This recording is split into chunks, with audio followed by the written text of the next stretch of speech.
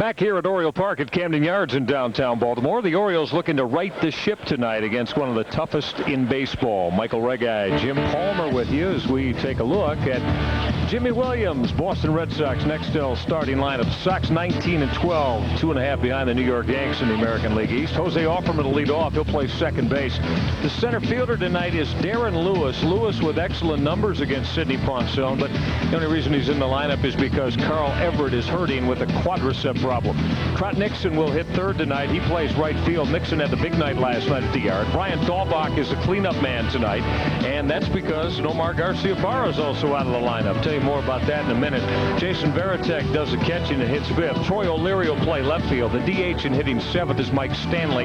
Young Wilton Veras is at third base. He'll hit eighth. And hitting ninth and playing shortstop for the now on the disabled list Nomar Garciaparra is Donnie Sadler. And this Red Sox lineup will oppose, Jim, coming off a good start, Sidney Ponson. Yeah, coming off one of his better starts of the year, that against the Yankees, left with a 4-2 lead, and he will play the role of stopper tonight. He's never beat the Red Sox, and he better pitch a good game. Pedro Martinez, 5-1 last year, actually this year, and 23-4 last year, winning a Cy Young Award. Got to be on top of your game to win tonight. No question about that. If you give us a minute, we'll get back to it and let you know how Mike Hargrove makes out his Orioles lineup. That's next here on HTS. The O's have now fallen 2 games below the 500 mark as they sit fourth in the American League East. Take a look at Mike Hargrove's next starting lineup. Brady Anderson had a big night last night. He paced the O's offense. He'll lead off and play center field. Delino DeShields at second base, hitting second. The left fielder is B.J. Surhoff. It's been a year of streak for B.J. He's trying to get warm again. You see, just 169 in his last 17. Albert Bell will play right field and hit cleanup. The DH tonight is Harold Baines.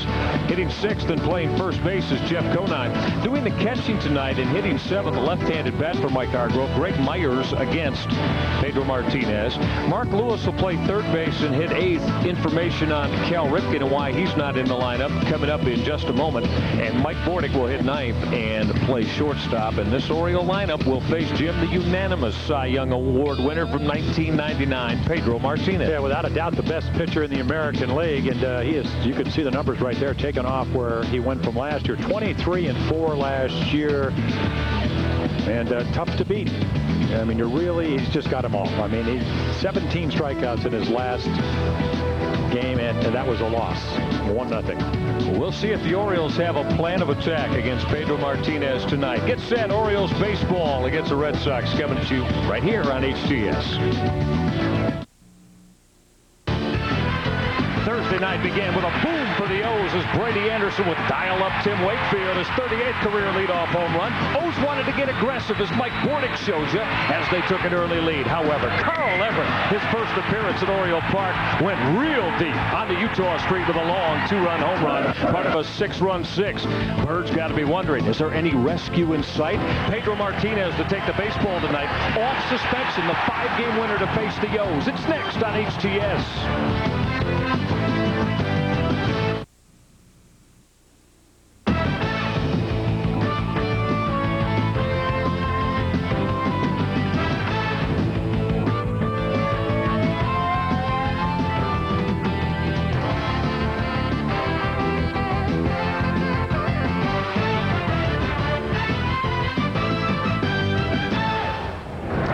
HTS presents Major League Baseball. Tonight we come at you out of Oriole Park at Camden Yards here in downtown Baltimore. Game 2 of the 4-game series as the Orioles try to get on track against the hot ball club from the American League East, the Boston Red Sox.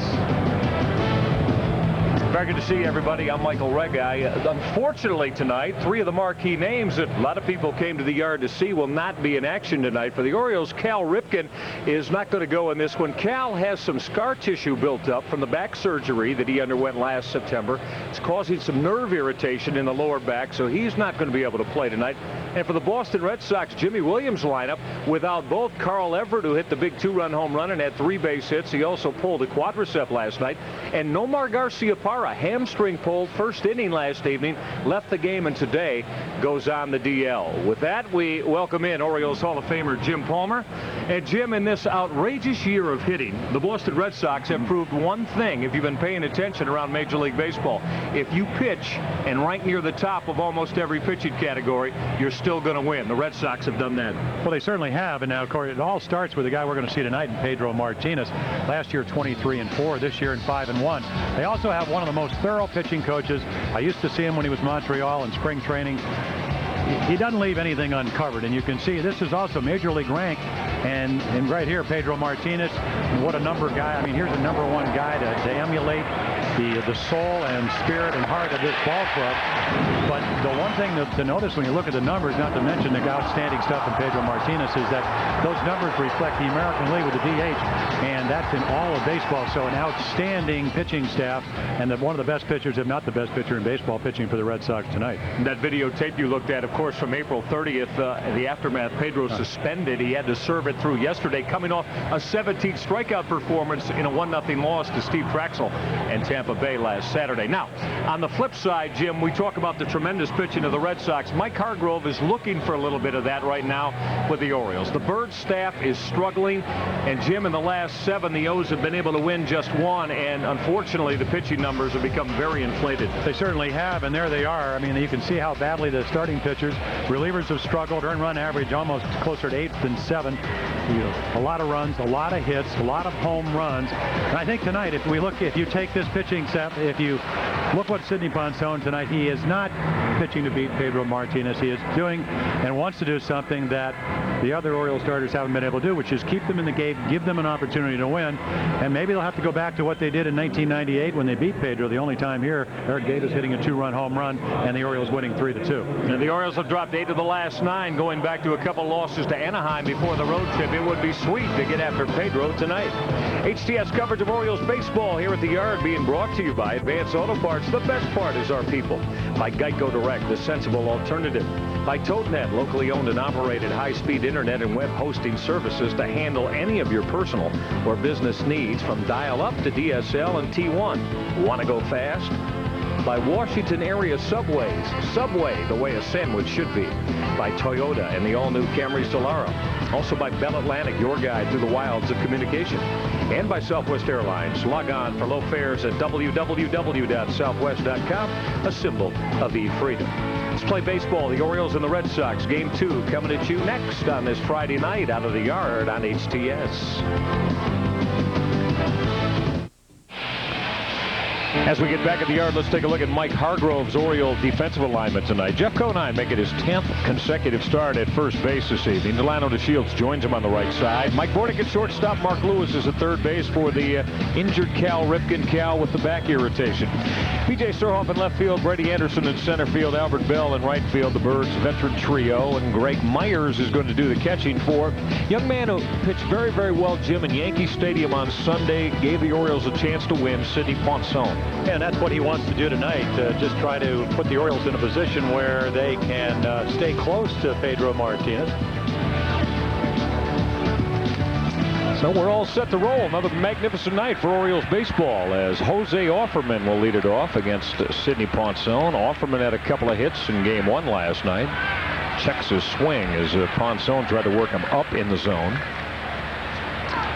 But Jim, after looking at those numbers a moment ago, the Orioles ever needed a strong start from one of their members of the rotation, it's tonight with Sidney Ponson. But, you know, I asked Mike Hargrove before the game, Ponson can't turn this into a battle with Pedro Martinez. You got to stay within and go after this Red Sox lineup. Well, they've been talking to Sidney about trying to relax, and whether you're pitching against Pedro or not, you have to be able to do that. Now, the handwriting's on the wall. You know, if you're going out against Pedro Martinez the way he's pitched not only this year but last year, going 23-4, you're not going to have a bad game and expect your team to win.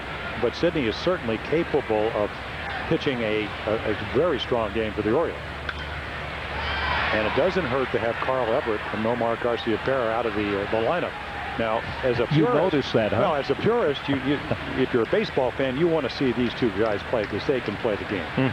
You know, Garciaparra last year winning a batting title, and You know, Jimmy Williams talking, the manager of the Red Sox, talking about losing John Ballard, and he said, listen, we don't have him. We had to deal with it.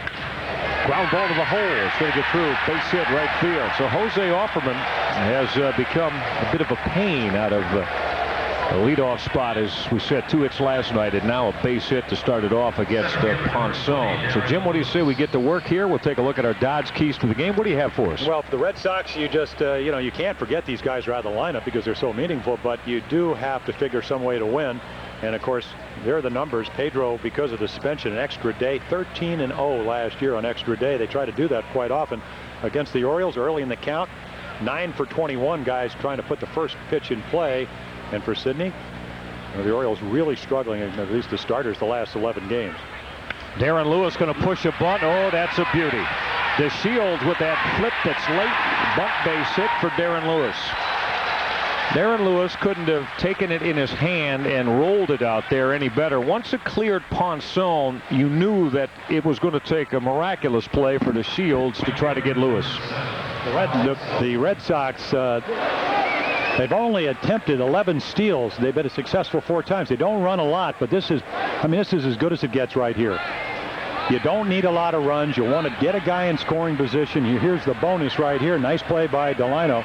Unable to be able to get Lewis. So you not only get the runner in scoring position, but you get the bonus by getting the base hit. And that's heads-up baseball. It is, and now Sidney Ponson is going to have to face maybe the hottest of the Red Sox hitters. Trot Nixon, 3 base hits yesterday. He's up to 340 now. He's hitting 5 in a row and been over 400 during that 5-game hit streak. So Trot Nixon, young man that grew up around the Atlantic Coast region in North Carolina, still makes his home there, and now solidified the right field spot for the Boston Red Sox. Oh, he was talking before the game. He had that laser surgery in the offseason. Now, here's a good kid that last year, #1 draft choice, and a number of years ago, struggled, hit in the 100s in April. Jimmy Williams stuck with him, ended up having an outstanding year. But this year, a lot better vision. 2-0 pitch by DeShields, base hit right field. Offerman's being waved in. Lewis will streak to third. First 3 hitters aboard with base hits.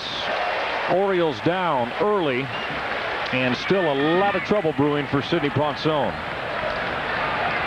Well, great bunt by Lewis as Sammy Ellis will come out to talk to Sidney, but right here another looked like a changeup right in the middle of the plate, very much like the pitch to Offerman. Gets it by DeShields. Delino probably saying, wait a minute, I'm not playing in the right spot tonight. 3 balls hit in his direction. So the Red Sox on top, 1-0.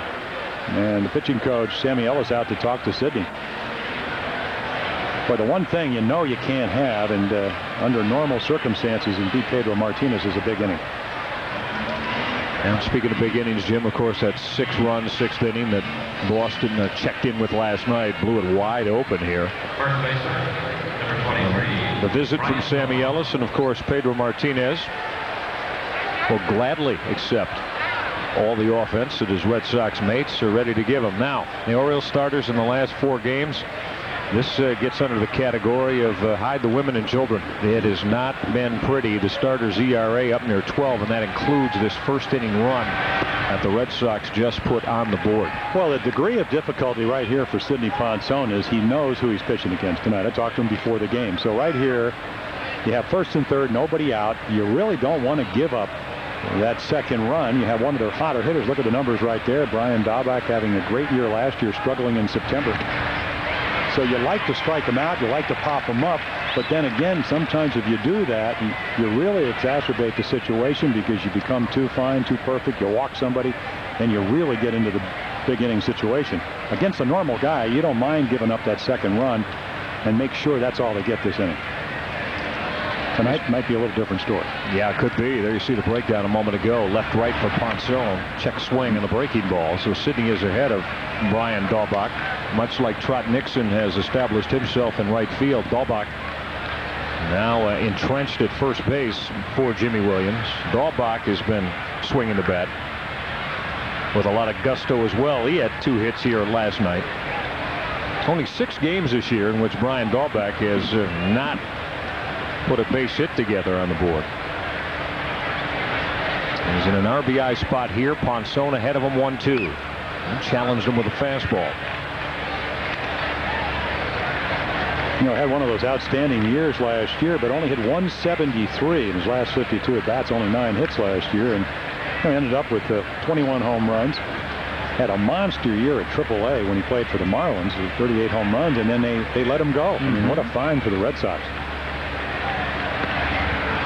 So Sidney trying to stay away with a changeup and work that outside corner as the count evens at 2-2. Lewis at third base, Nixon at first.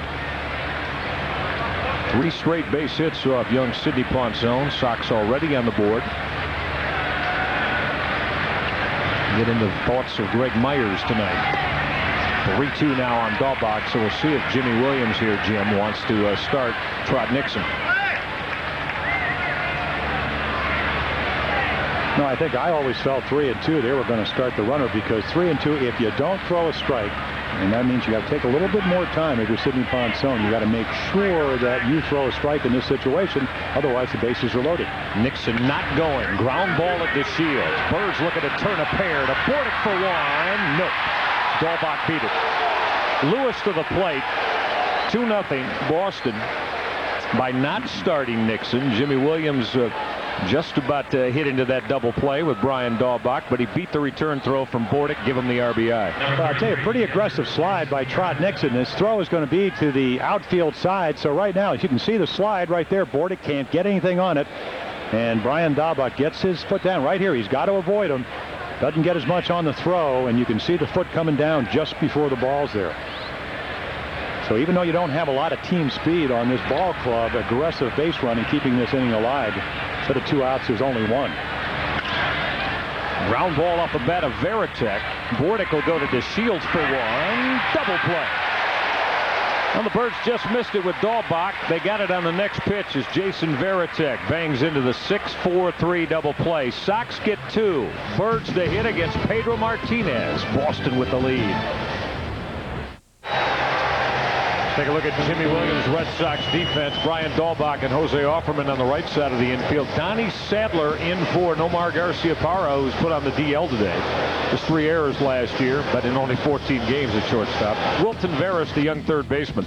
The outfield is Troy O'Leary in left. Darren Lewis in center. He's in for the injured Carl Everett. And Trot Nixon, the right fielder. Jason Veritek will catch the unanimous Cy Young Award winner from 1999. 313 strikeouts. And, well, simply you put him at the top of the list when you talk pitching in the game today. Pedro Martinez. I think the only buddy even close is Randy Johnson over in the National League. And Pedro, Joe Kerrigan, look at the numbers right there. Joe Kerrigan, the pitching coach, saying that, you know, just sit back and watch this guy, because you don't see somebody this special. Overpowering fastball, 2-seamer, 4-seamer. He'll throw a cutter in against lefties. He's got a great changeup. You can't see the difference, in a nasty breaking ball.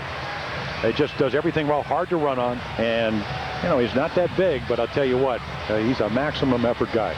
And I'm going to talk to Mr. Kerrigan tomorrow about not showing the proper respect to a Hall of Famer. Well, he told me 268 career wins, Jim Palmer. Well, he said I was good. He said you were good, but this guy is really something. I said, Joe, did you have to go out and talk to him last year? What do you say to a guy like this when you have to go out to the mound? And he said, I only went out twice all last year. Once this year, and he says it's normal. And normally when I have to go out there, it's usually to calm him down because he's upset with the umpire. So what are you going to tell a guy like this? 23-4, not much input needed. Brady Anderson to lead off against Pedro Martinez. He establishes the inside corner with a fastball, and Jim, Pedro has gone on the record as saying, I am not going to change from pitching in. That's the way I establish, and if I have to get suspended again, then so be it. Well, he got suspended because he was protecting his hitters. Struck him out on 3 pitches. Pedro Martinez fans Brady Anderson.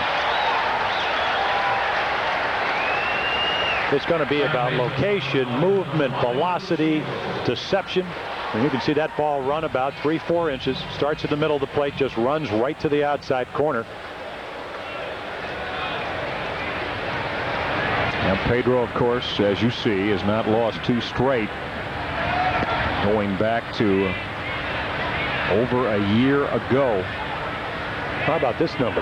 In his last home runs, 11 home runs also, has not given up a home run with anybody on since September 24th. The Shields with a rocket to right, but right at Trot Nixon.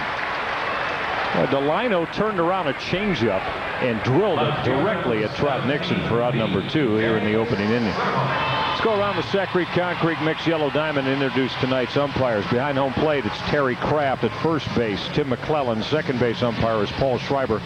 The young man who worked the plate last night, Phil Cousy, at third base. You look for the Sac Yellow Diamond in lumberyards, hardware stores, and home centers near you. The base is empty for B.J. Surhoff.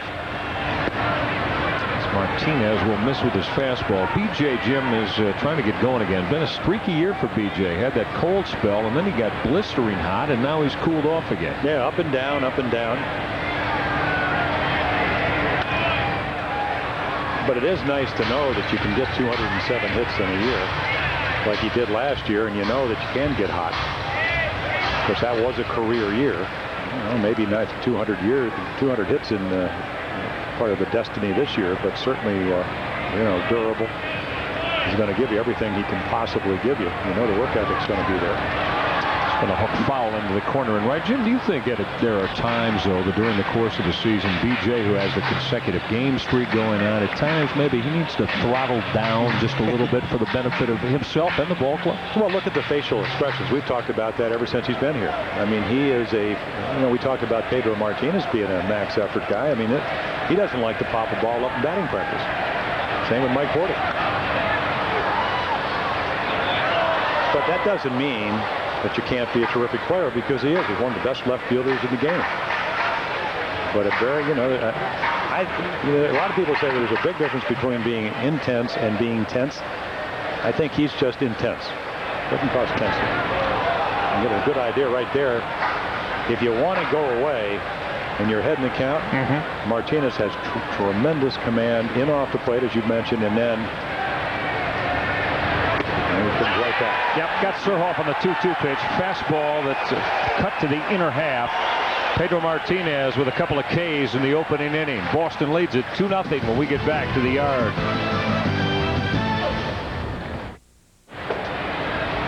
Inning number 2 rolling for us here at the yard as Sidney Ponson will drop that breaking ball in for a called strike on Troy O'Leary. The O'Leary, Mike Stanley, and Wilton Veras. O'Leary is trying to get his bat warm. One of the few Sox that started out a little bit chilly, Jim, coming off. And what a brilliant postseason for Troy O'Leary last year. Personally wrecked Mike Hargrove and the Cleveland Indians at the time in the division series. Well, his RBIs have gone up the last 3 years. Same with the home runs. Very, very tough against left-handed pitching, so you don't have to platoon him. Dan Duquette, very much like Roland Heeman when the Orioles try to get more athletic. Trying to get people that can do a number of things for you. And that's how they got him out of Milwaukee organization. Right now he just said, listen, I'd just like to get back to where I was. He said, I almost kind of feel like I need a left-handed pitcher in there because I cut my swing down last year. Like I said, hit over 330 against lefties. It's much easier to pull off a right-hander because you feel like you see the ball better. Swing and a miss. Ponson just blew that fastball up in the letters and right by Troy O'Leary, Sidney's first K of the night. Now, a couple of tantalizing breaking balls early on, and then just here's the high rider. And that's nice. Sidney, who gets in trouble when he throws too many strikes, this time goes out of the strike zone, which is something you can do when you get ahead of the count. And as you said, gets his first strikeout. Well, we've talked about a lot, Jim, when Sidney has gotten into trouble as he misses up and into Mike Stanley, our colleague Mike Flanagan, all of us. Sidney, just too much of that strike zone. Tries to maybe dial up a little bit when things get away from him, and it causes him more trouble than good.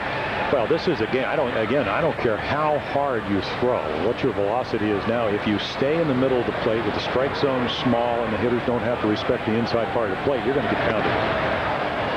And his ball is not particularly, he doesn't have a live fastball. They've been trying to work with Sidney to get his arm out in front and maybe use his wrist a little bit more and stop throwing the ball from behind you. which is what he does at 23 when he gets in trouble. He gets a little bit tense. On 4 pitches after fanning O'Leary, he gives Mike Stanley the free ride, the one-out walk. Third baseman, number 48, Wilton Harris. I mean, you go back to the first inning, the Offerman's base hit, a changeup right down the middle. Nixon's base hit after the bunt by Lewis, another changeup right down the middle. This is not about stuff. This is about maturity. Sammy Ellis saying, listen, his success is going to be directly linked with how he handles bad innings, how he handles the difficulties at 23 pitching in the major leagues when it is such offensive-minded league as it is now. Young Wilton Veras. Veras with John Valentin out for now more than a month with the patellar problem. Veras has stepped in and pretty much taken over the third base position for the Sox. We saw him last year. It's a broken bat flared line drive that got over the head of Delano DeShields. Well, that was real close there as Mike Stanley almost got thrown out by Albert Bell. Well, Mike, a little bit long a tooth, not a lot of foot speed, and what's happened right here, he thinks that Delano DeShields might be able to come up with his ball. So he kind of goes third of the way, and when the ball does, and this ball right off the end of the bat, not going to be hit very hard, just loops it over, but he thinks right here, Stanley's thinking, well, maybe he comes up with it. I don't want to get doubled off. DeShields doesn't come up with it, and then a very close play in there about a step and a half. Delano has been busy trying to flag down balls off the bats of the Red Sox tonight. Well, he's already had 3 dives, 2 at a ground ball, and then another one trying to get a little looper over his head. Here's Donnie Sadler. Talk about being put under a microscope. Donnie Sadler, Nomar Garciaparra, if you're just joining us. Last night he hit into a forced play in the first inning. Grabbed at a hamstring and has been put on the disabled list by the Red Sox before the game today. So Sadler has been summoned from Pawtucket, and for now, Andy Sheets did a nice job last night, but Sadler's in the lineup tonight. Well, originally in spring training, they actually called Andy Sheets up from AAA and sent Donnie Sadler out because they think so much of him. They think here's a kid that can play second, can play third. This is lifted to right. Albert Bell with room near the line in fair territory to put it away. So Sadler's out and the fly ball to right. Tonight's Maryland Lottery baseball scratch-off triple play winner is Mary Bayless of Baltimore. Mary, you've won $50 worth of scratch-off tickets, and now you're automatically entered in the grand prize drawing on June 9th for $100,000. You can enter the Maryland Lottery baseball scratch-off triple play game. Send any non-winning ticket to the address on your screen, and tune in to every Orioles game to see if you're a winner, and you have to dare to win. So a couple aboard with 2 out now, and back to the top for Sidney Ponson of the Sox lineup as he faces Jose Offerman. And Jim just mentioned a moment ago, got him on a changeup and rips a base hit up the middle here on the fastball. Stanley has turned third. He'll come to the plate. Veras over to third on the 2-out line drive, RBI single. That was the fastball off the changeup the first time, but Offerman's now 2 for 2. Yeah, but where's the pitch? And that's really what it comes down to. You don't want to beat a dead horse, but again, it's about location. And this fastball is going to be right down the middle of the plate. He just goes out, hits it right back up the middle, looking for something out over the plate because until you get 2 strikes, you can just kind of look for your pitch. He gets his pitch, and the Red Sox ahead 3-0.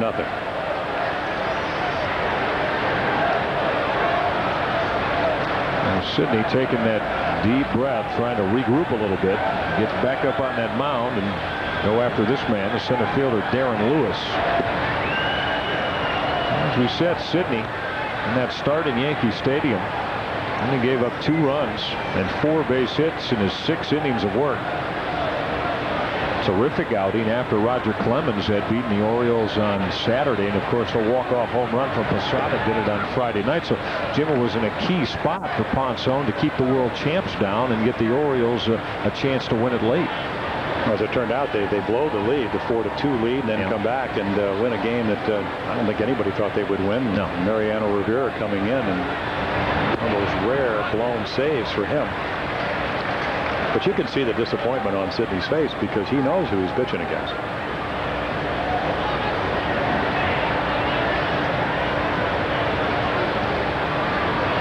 on zone, ready to deal 2-1 to Darren Lewis. Threw a fastball right by him.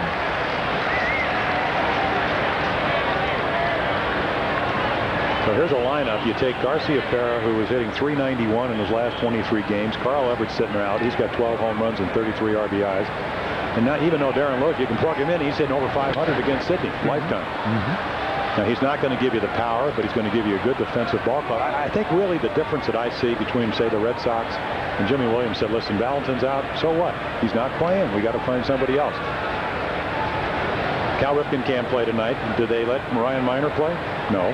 They go with a guy like Mark Lewis. Nothing against Mark Lewis, but what do the Red Sox do? They bring up a guy that's been playing at AAA.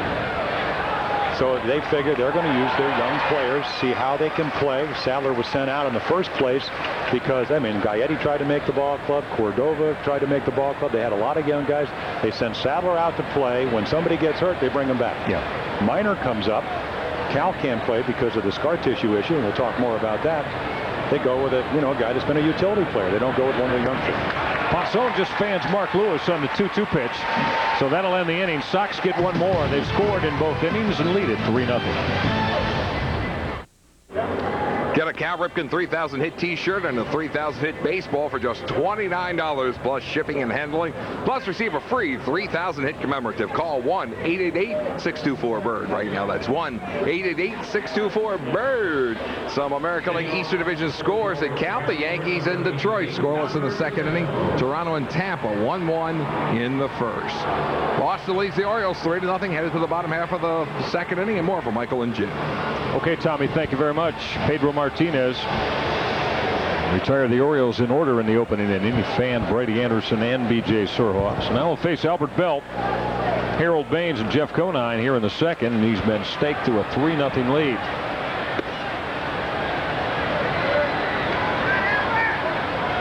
Jim, when you face a guy like Martinez, we know baseball much an individual game in terms of hitter versus pitcher, but can Terry Crowley put together a team hitting approach is how we're going to try to go get Martinez, maybe if we get a couple aboard, and how aggressive we need to be? Well, I think what he's going to say is try to get a good pitch to hit. Now, the difficulty comes that the better pitcher you are, and I saw it with Perry and Tiant and Koufax and people like Mickey Lowell, Denny McLean, didn't get a lot of good pitches to hit, and that's the difference. So you're going to try it now. Here's a 2-0 count. Right here, he probably should get a fastball to hit. At least that's what he should be looking for. Try to do something with it. And he did. See, and when you have good stuff, and when I talk about good stuff, I'm talking about movement and velocity, which is what Pedro has also. He's only about, they have him listed at 170, 5'11". He's probably about, I don't know, maybe 5'9", 5'10". But there's a lot of stuff going on there. Hides the ball real well. So he's got deception, movement, location, velocity, and that's why he's as good as he is. Not to mention a huge heart. 2-1 to Bell will back him off. I mean, he got traded originally from the Dodgers because they said he would never be able to, at his size, be able to sustain being a starting pitcher. And that deal was for Delino DeShields. Yeah, the Dodgers wanted somebody that could jump start their offense out in Los Angeles. To a fastball right by Albert Bell. Pedro's in that mid-90 range tonight. He's hit 96, 97 on the fastball to Surhoff, according to the Judge's gun here at Oriole Park. See, he can relax. He can get a little bit extra. That's the only way you can do that. You try to overthrow like if Sidney is still doing early in his career. But you know, an interesting thing about Pedro, and I don't know about the rule book, but when I was talking to some of the people, Larry Rothschild, who's manager of Tampa, look at his sleeves. He cuts his sleeves. Now, I'm surprised that I would think that would be against the rules. It's got to be somewhat of a distraction, and even if it isn't, little gamesmanship, you've got to make him change that jersey. He's cut both arms. Well, you cannot, as a pitcher, you can't have any white in an undershirt showing. But you're right. I don't think that sleeve cutting is... I mean, that's the only way you're going to probably beat this guy. I mean, you've got to try something. Maybe he pumped a lot of iron in the offseason. Just bursting out all over, huh? Yeah, look at that.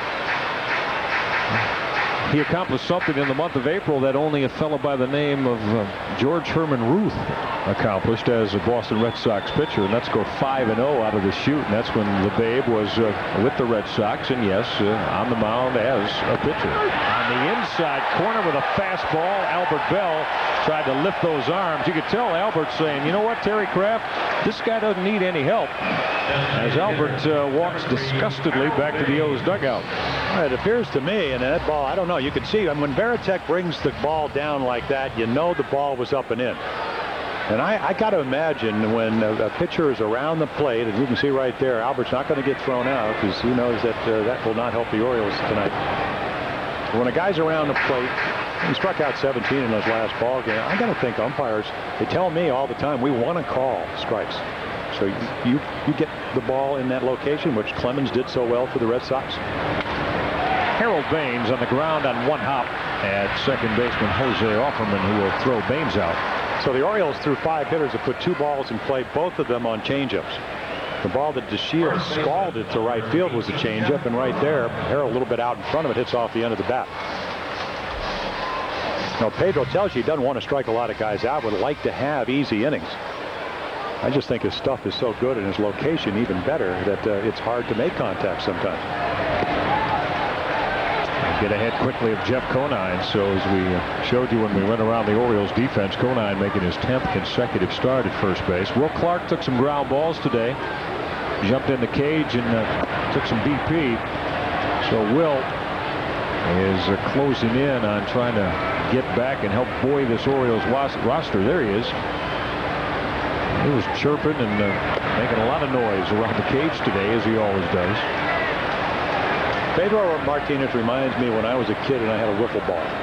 We all did. You know, you could make it move and hitters had trouble hitting it. At least the guys I played with.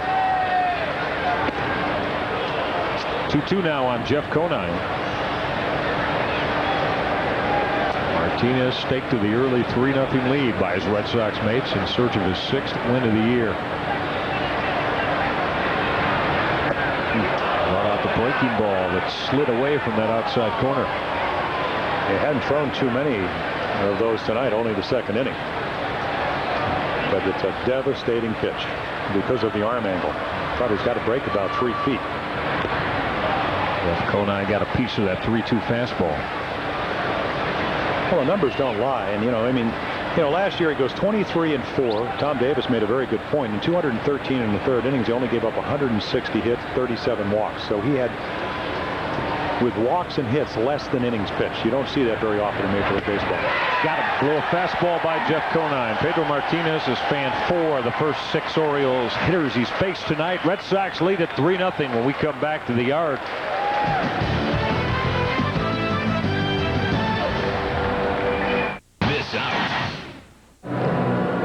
Tonight's Antwerpen hit for the cycle contestant is Stephanie Louie from Randallstown, Maryland. Stephanie, if a Baltimore player hits for the cycle in tonight's game, you'll win a new vehicle from Antwerpen Automotive. For more information and to register for the Hit for the Cycle contest, stop by any Antwerpen Automotive location or log on at 3WAntwerpenAuto.com. Yankees Detroit scoreless 2nd. Toronto Tampa 1-1 in the 2nd. Top half of the 3rd, Boston leads the Orioles 3-0 and more from Michael and Jim. Okay, Tom, thank you very much. We do indeed go to inning number 3. Sox got 2 in the 1st and then got a solo run in support of Pedro Martinez in the 2nd. Here's Trot Nixon. Nixon looks at the breaking ball from Ponzone on the outside corner. So Nixon now 4 for 6 in this series. He's driven in a couple and scored 3 times.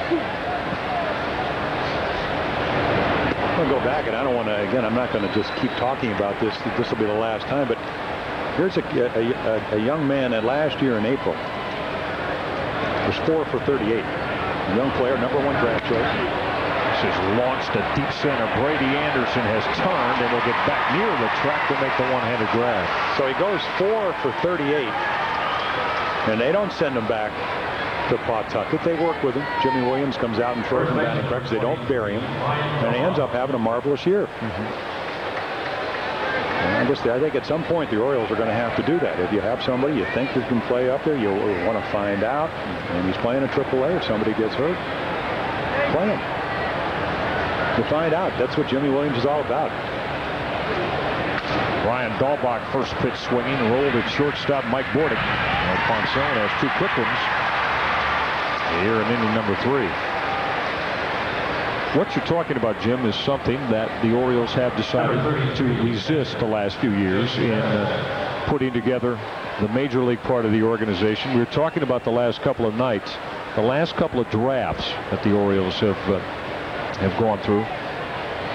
Good. Looks like it's going to have some young talent that maybe in 3-4 years, by what they're doing now in the lower echelons of the minors, can get up here and help at the big league level. But this goes back now to what, 96, when the decision was made not to trade Bobby Bonilla and David Wells before the trade deadline. And of course the Orioles went on to win a wild card and get in the playoffs that year. Varitek with a drive to deep center. Brady Anderson on the track, timing that mini jump up against the wall to put it away. So Ponson kept Varitek in the ball yard, and Brady Anderson went back to get it. 3-0 Boston. Well, let's take a look at our Geico Direct highlights. Orioles sending through the first 2 innings. 6 batters, 4 of them go down on strikes. Here's Brady swinging to lead off the game. Third hitter B.J. Surhoff freezes him. And here's Albert Bell, 3-2 pitch. Albert thinks it's inside, might have been. That's the 3rd strikeout, and right here, swing and a miss on a 3-2 fastball, about as nasty as it gets. Again, Joe Kerrigan, he just said, listen, I just sit here, I watch this. He said nobody that he's ever seen can throw the cross-seam fastball, right-handed pitcher to right-handed batter, better than Pedro Martinez. And you just saw it to Conine. Absolutely devastating action on it. Let's see if the Orioles can start catching up to it here in the bottom of the 3rd. Greg Myers, who is a late entry into the starting lineup tonight for Charles Johnson. Into talking to some of the O's PR folks who asked Mike Hargrove about it just a few minutes before this one. Mike said that just wanted to get Greg Myers in against Pedro Martinez tonight. And another left-handed bat to swing against the very tough Martinez. Well, you got Jeff Facero, a left-hander, pitching tomorrow night or tomorrow afternoon, and then right-hander Brian Rose. So. But 2 day games, so maybe Charles will catch the other 2 games. Went down and away from Myers, the Phantom. Took something off, Jim. Looked like a changeup. Well, it was, and why it's so difficult to hit Martinez, because 1-0, Greg Myers is looking for a fastball. He gets a changeup, and then 1-2, he gets another one, and look how this ball just kind of goes away. Great movement, great location. Didn't have to throw a strike ahead in the count, 1-2. And again, it's just not only the stuff, but the location what makes this guy so tough. You don't know what's coming. 31 times since he put on the Red Sox uniform. He has fanned 10+ in a game. And as Jim and I both alluded to tonight, fanned 17 Tampa Bay Devil Rays last Saturday and got beat 1-0 by Steve Traxel, who then went out and backed up that virtuoso performance in Yankee Stadium last night. Went 7 innings, shut the Yankees out. Well, here's Mark Lewis. Mark playing 3rd base tonight, and if you're just joining us, Cal Ripken not in the lineup this evening. Cal, who went deep with his 7th home run of the year last night. That surgery he had on his lower back last September, the scar tissue from the surgery has caused a little bit of a nerve irritation in the lower back. So Cal not going tonight. I asked Mike Hargrove about it before the game, and Mike said he doesn't think it's anything real serious, but obviously it's going to be monitored closely the next couple of days. He kept Cal out on the turf up in Toronto, and the Orioles' travel also, Jim, this year has been rather brutal at times. Lewis with a fly ball to right. A lot of room out there for Trot Nixon. Put the squeeze on it for out number 2 here in the 3rd. So let's look at our IWIF injury report. And as we said, as we started the show tonight in the open, 3 of the marquee names that most came to the Yard to see tonight not going because of injury. Cal Ripken with the back flare-up. Nomar Garciaparra with a hamstring. He's already on the 15-day DL. And Carl Everett, who had a tweak of the quadricep last night. Well, Jimmy Williams said it best, I think, before the game. He said, listen, we're going to miss Garciaparra and Everett. And obviously with Cal out, people come to see this game. It looks like it's going to be sold out tonight. It's probably 48,000 people. it hurts the game of baseball when 3 quality players like that are unable to perform. I really hope they all get back in a hurry. Martinez evens the count at 1-1 on Mike Bordick. There's Carl Everett. And Jim, we did not get a chance to see much of him, and now with the divisional baseball with the Houston Astros and that NL Central, what a quality hitter and very aggressive player he is. Well, he said that, they said, listen, you have a quadricep pull. He said, I can't go half speed. That's just not the way I play the game. And here's another #1 draft choice that, I guess, Leo, the late bloomer. It's Carl, the late bloomer. He has matured into a great player. Martinez thought he clipped some of that outside corner with his breaking ball, but Terry Kraft did not go up with the right hand. And Mike Bordick, this ball just a little bit off the corner. You can see that big break. And once again, Varitek trying to present it to Terry Kraft and trying to get the strikeout. Bordick brought out that emergency hack there on the 2-2 to stay alive. It's like you've broken down on the highway and you're going for the trunk and you're in an emergency. That's what. And I'll tell you what, this guy, if anybody is going to bring out the emergency hack, it's Pedro Martinez. Rocks and deals the 2-2. Got Bordick on a breaking ball. 9 Oriole hitters have gone down in a row. Pedro Martinez has fanned 6 of them through 3. Red Sox lead it 3-0.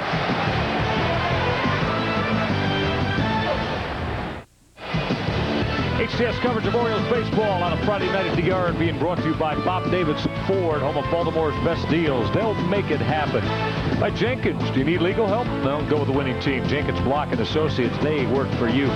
And by Heineken. It's all about the beer. Heineken.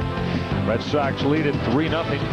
Beautiful spring evening here in the month of May. That little lady knows that, but she wants to see the Orioles start to put some lumber to Pedro Martinez. Martinez has retired 9 in a row, fanned 6 Orioles, and Red Sox mates have got him 3 to work with. Now Sidney Ponson will go back out. Face Troy O'Leary to lead it off here in the 4th.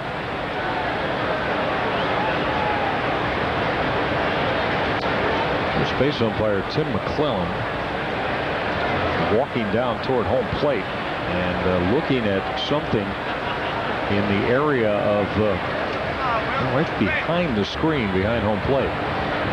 So we're not quite sure what this may be about. Now we got a member of the ground crew coming out to the mound. Oh, I see. Tim thought maybe that he could get some of the equipment out to help manicure that infield from behind home plate, but Jeff Conine wanted a little manicure job done down there.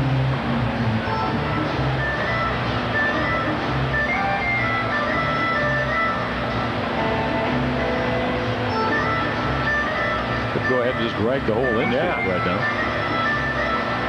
Why we see the young man go about his due diligence here at the Yard. We'll let you know that Alex Rodriguez, Edgar Martinez, and all of Lou Piniello's Seattle Mariners are coming to the Yard. 3-game series, May 23rd through the 25th. A lot of good seats still remain for all 3 7:05 games. You can get your tickets by calling 1-888-848-BIRD or online at www.theorioles.com. Sidney Ponson all set to go now against Troy O'Leary. Got O'Leary swinging through a fastball his first time. Now last season's second half of the year, blast-off mode Troy O'Leary was in, and he carried it right through into the playoffs. Fly ball left field. An easy chance for B.J. Surhoff to take care of. So Ponson's gotten O'Leary twice tonight. Jim, it appears that Sidney only got him settled down here now as he came out of the gate. And that's what we talked about again. Maybe a little bit too hyped up in terms of this, or trying to make it into a personal duel with Pedro Martinez. Well, I think either that or being a little bit apprehensive about the fact that he felt he had to be perfect, which is about the same thing. I mean, didn't get hit hard. I mean, it's not like they're hitting a bunch of home runs, something that's hurt them all year long. A couple of singles with a bunt in the middle in the first inning for 2 runs, and then a base on balls for Mike Stanley, 4 in a row, and then a looper to right off the bat of Wilton Veras. And once again, this is not about beating Pedro Martinez. This is about doing what the Orioles would like to have Sidney do not only tonight, but the rest of the year. Just give him a quality start. Keep him in the game. You know, some nights he's going to be dominating. Some nights he's going to struggle a little bit. And as Sammy Ellis said, mature as a pitcher. Don't get too overjoyed when you pitch the kind of games like you did against Minnesota when you shut him out with 4 hits. And don't get too down when you pitch some of the other games where you get pounded. That's just part of Major League Baseball, especially in this season. 1-2 pitch, and Stanley will lift the right. Albert Bell will take care of it. And a couple of fly ball outs for Sidney Ponson here in inning number 4. Sidney did not get a decision last June here at the Yard as he faced the Boston Red Sox, but threw very well. Allowed 3 runs in 7 innings. But Jim, you referred to that Sidney effort against the Minnesota Twins the day after Cal Ripken collected his 3,000th hit. 27 changeups that game thrown by Ponson as Willie Morales did the catching that night, that afternoon of Sidney. Now, would that be something you'd like to see somewhere incorporated into the Ponson repertoire as going to the changeup? He did it even when he was behind hitters in Minnesota. And he did it in the first inning, but he didn't make good pitches with it. And that's what he has to do. You look at any of your good pitchers, it's about stuff. He's got that. Maybe he's still got to work on his movement. Trying to get his arm out in front, throw a few more 2-seamers. But he's not one of these guys that has the kind of movement like Pedro Martinez. He has the velocity, but he's not as deceptive. Ball's a little bit straighter. So you have to make it move. And how you make it move? You relax, you get the ball out in front of you, kind of have that nice loose wrist. 3-1 now on Wilton Veras. Veras, that broken as he flared a base hit to right his first time.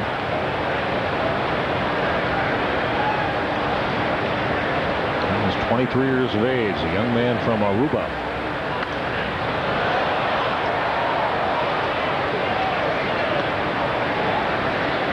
You're going to lead the major leagues in pitching. You need somebody that can play third base. So Veras, the numbers, for a youngster, only 22.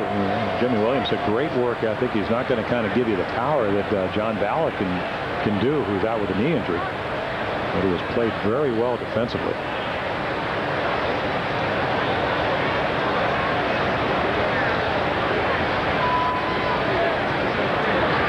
Pitch, and Veras will follow that a play. Well, Sidney had an excellent start last year, Jim, and one time he was 8-4 before the All-Star break. And then a lot of conversation about whether he finally got a little bit arm weary in the second half of the season. And we'll talk about that with regard to Ponson as we continue on through the course of the night.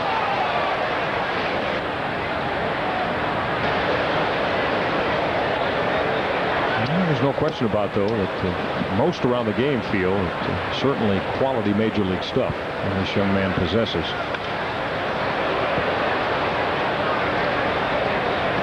I think another thing you like is his durability. When you look at his windup, it is a windup that will be conducive to pitching a long, long time because it's very compact. Pretty good leg drive. Doesn't put a lot of pressure on the elbow or the shoulder because it's a good windup. It's a matter again that maturity factor. Again, the 3-2 went to the breaking ball. Ground ball at third baseman Mark Lewis will throw out Veras. So inning over. Let's go to the bottom of the 4th. Red Sox lead at 3-0. Provident Bank has lots of free checking plans that fit your lifestyle, including totally free checking that really is free. Now through May the 31st, get internet banking with bill payment free for 6 months. And get this free Coleman Cooler. The Yankees trailing Detroit 1-0 in the 4th, and Toronto and Tampa 1-1 in the 3rd inning. Michael? Had your eye on that Coleman Cooler, huh? Yeah. Can use it tonight. Yeah. You were working it hard before the game tonight. Rich lather. Rich lather. There you go. There you go. Here's Brady Anderson to lead it off for the Orioles in the bottom of the 4th against Pedro Martinez. Martinez with 6 strikeouts through the first 3 innings. And not only that, a perfect game. It's a little premature, but we'll see the second time around if the Orioles can make some adjustments. And Brady going down on strikes that first time. He just threw a fastball right by him. 1-1 pitch off the end of the bat to short center. Darren Lewis is there to make the grab.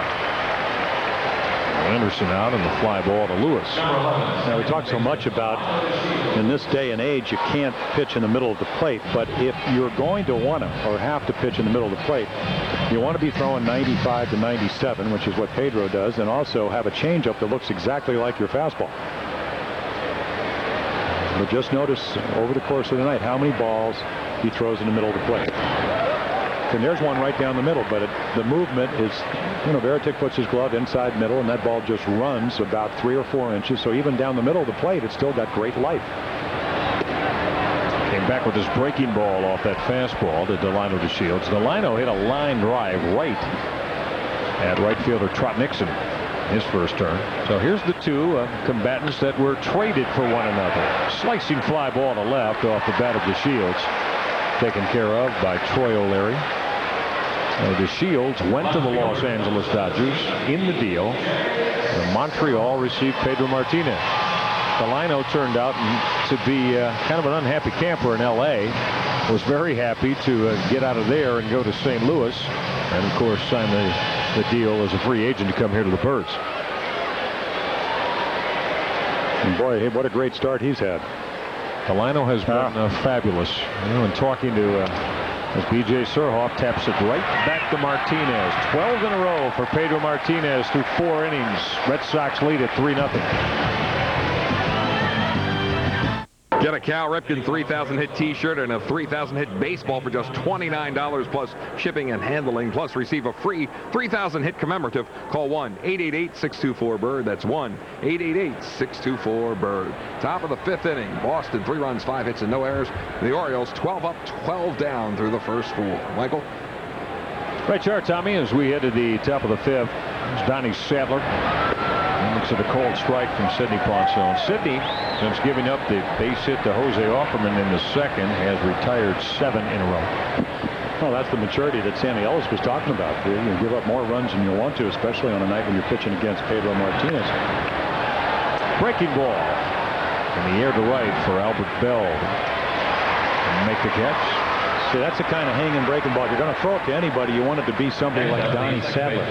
He did that to Jason Veritek. He almost went out in center field, but Sadler misses the hanging hook.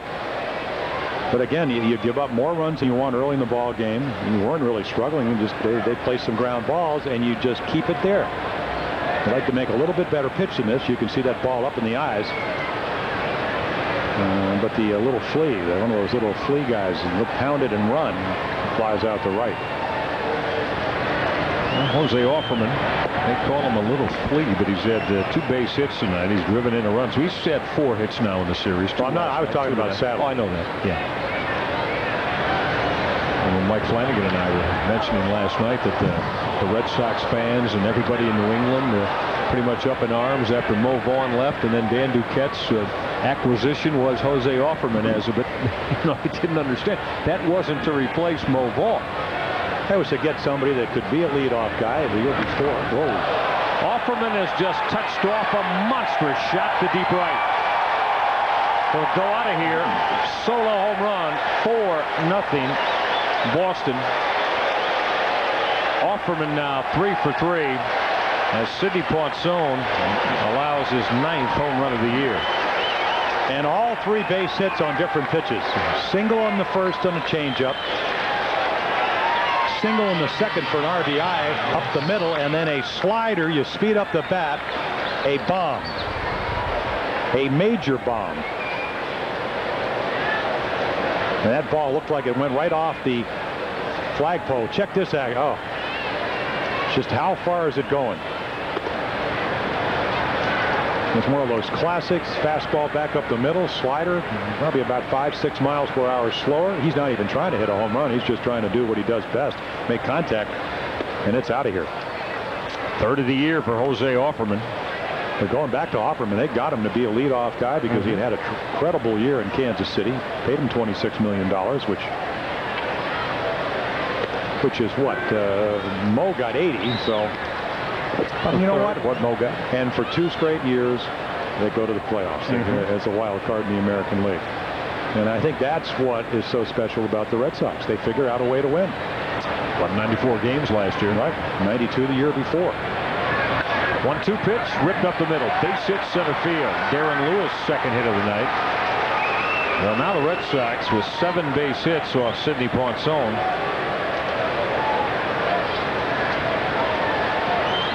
Yeah, they're trying to keep Sidney from sidearming guys, and that's what he tries to do to Darren Lewis. As we mentioned, Lewis with great numbers coming in, and they continue with the bunt base hit.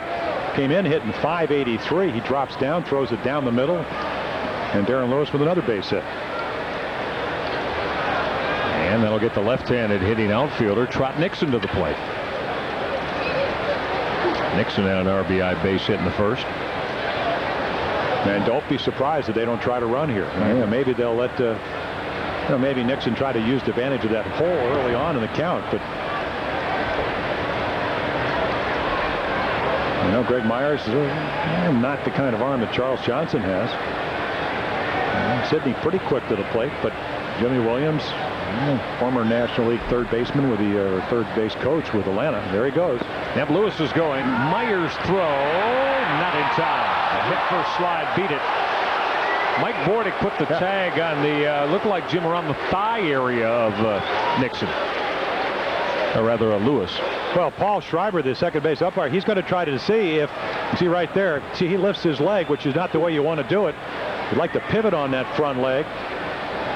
Yeah, he beat the tag, got that arm in. I think Mike Bordick thought he tagged him up on the right here. Quick release. Pretty good throw. Just a little bit late. Bordick, because the throw was a little bit short, had to take it in front of the bag. Throw maybe another foot. He's probably out. Stolen base for Darren Lewis, his first of the year, but Lewis. So now they've stolen 5 out of 12 attempts. This club does not run, period. Now Ponson must be careful. 3-0 with Trot Nixon. On 4 pitches, Nixon aboard. Now after Sidney got Donnie Sadler on the fly ball to right, the home run on the slider to deep right from Jose Alford. And then Lewis with a base hit and the stolen base, and now the walk to Nixon. Well, that's the maturity we talked about. Trying to upset, obviously, by the Offerman home run. He drops down on Lewis, doesn't make a good pitch. Then he worries about Lewis stealing, gets deep in the count, ends up walking Trot Nixon. And now you have a guy that has great numbers at the plate. Powerfully built Brian Daubach, and Jim was telling you the story about Daubach, Florida Marlins, ball club that's looking for a young talent, unloaded all of their World Series club from 1997 in that offseason. Let Daubach slip through the cracks after he had a big year for him. Yeah, I said he had 38 home runs, was only 35, and he had 124 RBIs. So, and maybe I guess the Marlins say, listen, we're the National League. We don't have a DH. Only time we're going to have a DH is when we're playing interleague baseball. Really not a great defensive player. We want to, certainly not about money because he would have made the minimum. But in the American League, he fits in perfectly. 1-1 pitch is fouled out of play.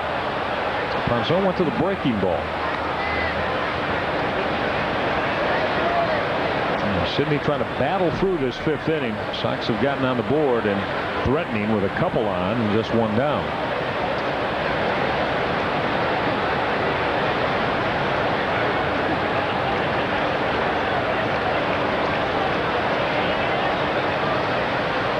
The 1-2 to Daubach on the ground into Shields. Birds should turn a pair here to Bordick for 1.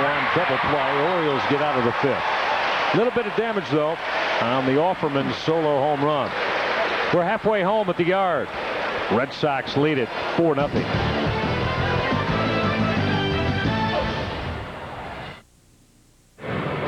Tonight's contestant in the Pepsi Big Slam Home Run Derby inning is Grady H. Oldham of Hyattsville, Maryland. If a Baltimore player hits a home run during tonight's Pepsi Big Slam inning, Grady could win a case of Pepsi and $100. To enter the Pepsi Big Slam Home Run Derby inning, send a postcard to the address on your screen or register online at 3WHTSonline.com. Updating the scoreboard just briefly here. The Detroit Tigers now lead the Yankees 2-0 in the fourth inning, and Toronto and Tampa 1-1 in the fourth. Here in Baltimore, 4-0 Red Sox, bottom of the fifth, and more from Michael and Jim.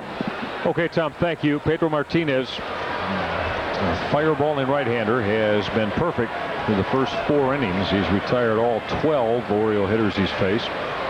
He's fanned 6. As Albert Bell looks at a called strike. Albert wasn't happy the first time as an explosive running fastball from Martinez ran back in under the hands of Bell as Albert was called out on strikes. Yeah, they're a little mini hitting streak as far as consistency for Albert. I'm sure Albert, after that called strike 3 that he thought was in off the plate, saying, listen, this guy's good enough without giving him a more ample strike zone.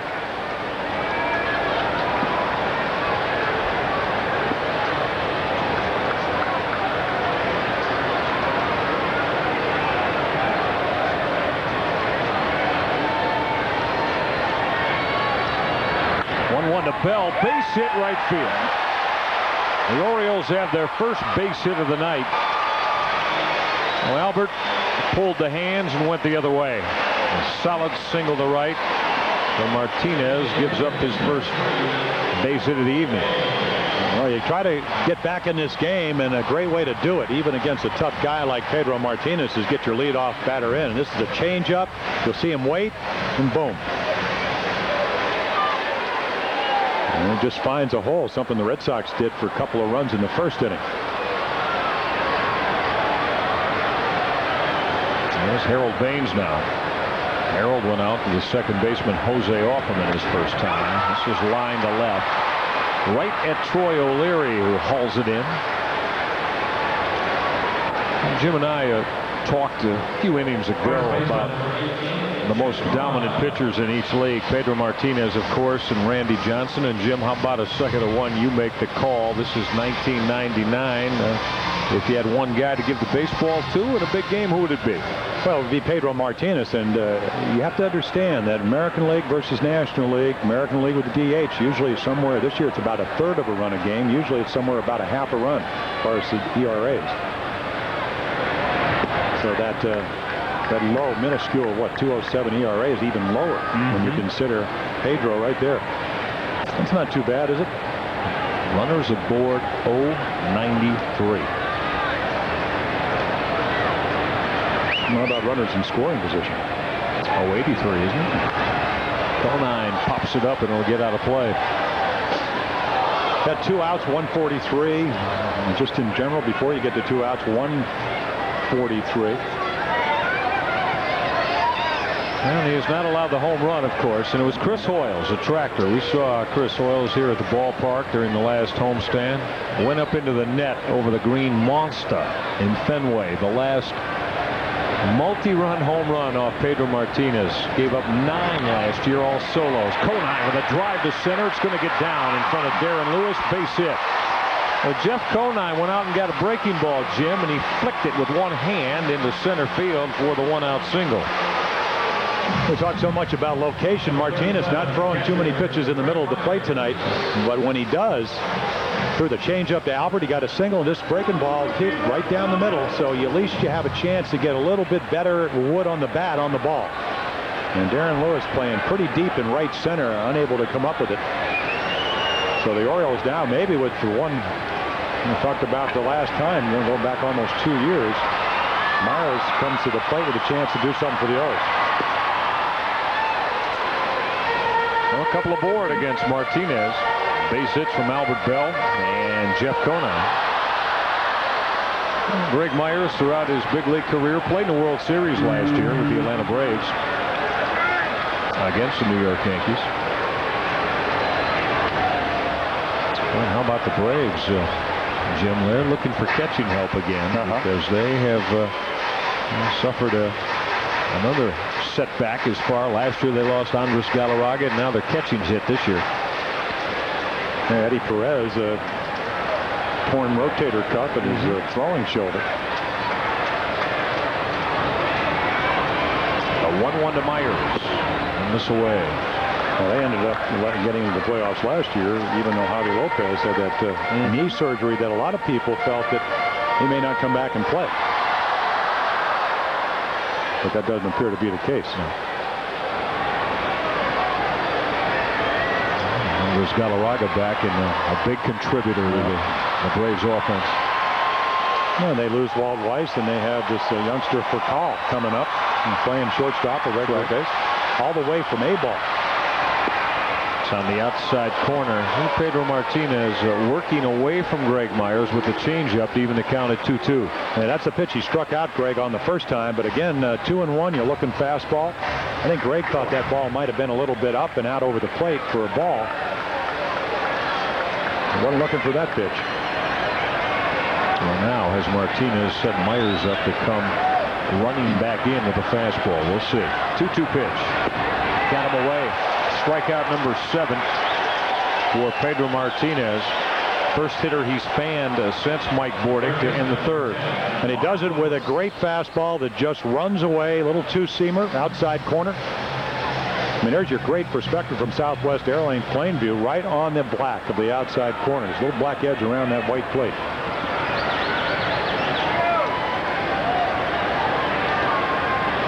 Well, still 2 aboard, but now with 2 down. And here's Mark Lewis to face Pedro Martinez. And Mark, the first time up at that point, had the best swings any Oriole had, other than the DeShields line drive. Ended up flying out to right field on a high curveball. And pretty good swings and some high fastballs early in the count. 1-0 pitch, bounced at shortstop Donnie Sadler to Offerman for the force. Let's head to inning number 6. Birds get a couple of base hits. Boston leads it 4-0. Those fans want to remind you the Orioles Advocates 12th annual 5K home run and fun walk is on for Sunday, June 25th at 8 a.m. at Oriole Park at Camden Yards. For more information, call race director Dave Cooley at 410-377-8882. One of the best to ever wear the orange and black with Tom Davis. Tommy? Number 20, Hall of Famer Frank Robinson. Welcome back to Baltimore. Good to see you. Thank you, Tom. You suspended Pedro Martinez for the 5 games.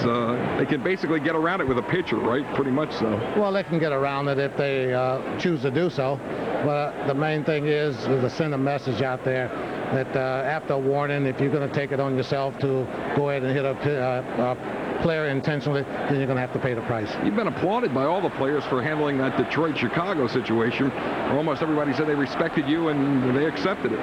Well, I certainly hope so. I'm not saying that they agree with everything I did. That's not what I'm looking for. What I'm looking for is that, hey, they say we respect the guy for what he did and what he's trying to do. And that's what I'm trying to do, is take the ball and out of baseball. It doesn't belong in baseball. Do you like this role that you have now with baseball? I mean, being somebody that's making decisions in such extent? Well, I like it because I think I can help the game be better. And if the game is played the way it should be played, I won't have any problems with it. I won't have as much to do. And I like that even better. Michael and Jim, I know they'd like to ask you something. I hope you can be able to hear them. Let me put you up here a little bit closer to them. I want to hear what Jim has. No, I was only putting you on. Jim was giving him a hard time outside the hallway in between innings. He got hit 189 times. Exactly. And he's fining some guy for hitting the guy. See, Frank, that's what I was going to ask you. You played the game the way that it should be played, hard, all the time, every pitch. You like to get out, hang out over that plate. So how would a Frank Robinson, the player, accepted Frank Robinson, director of baseball operations, decisions?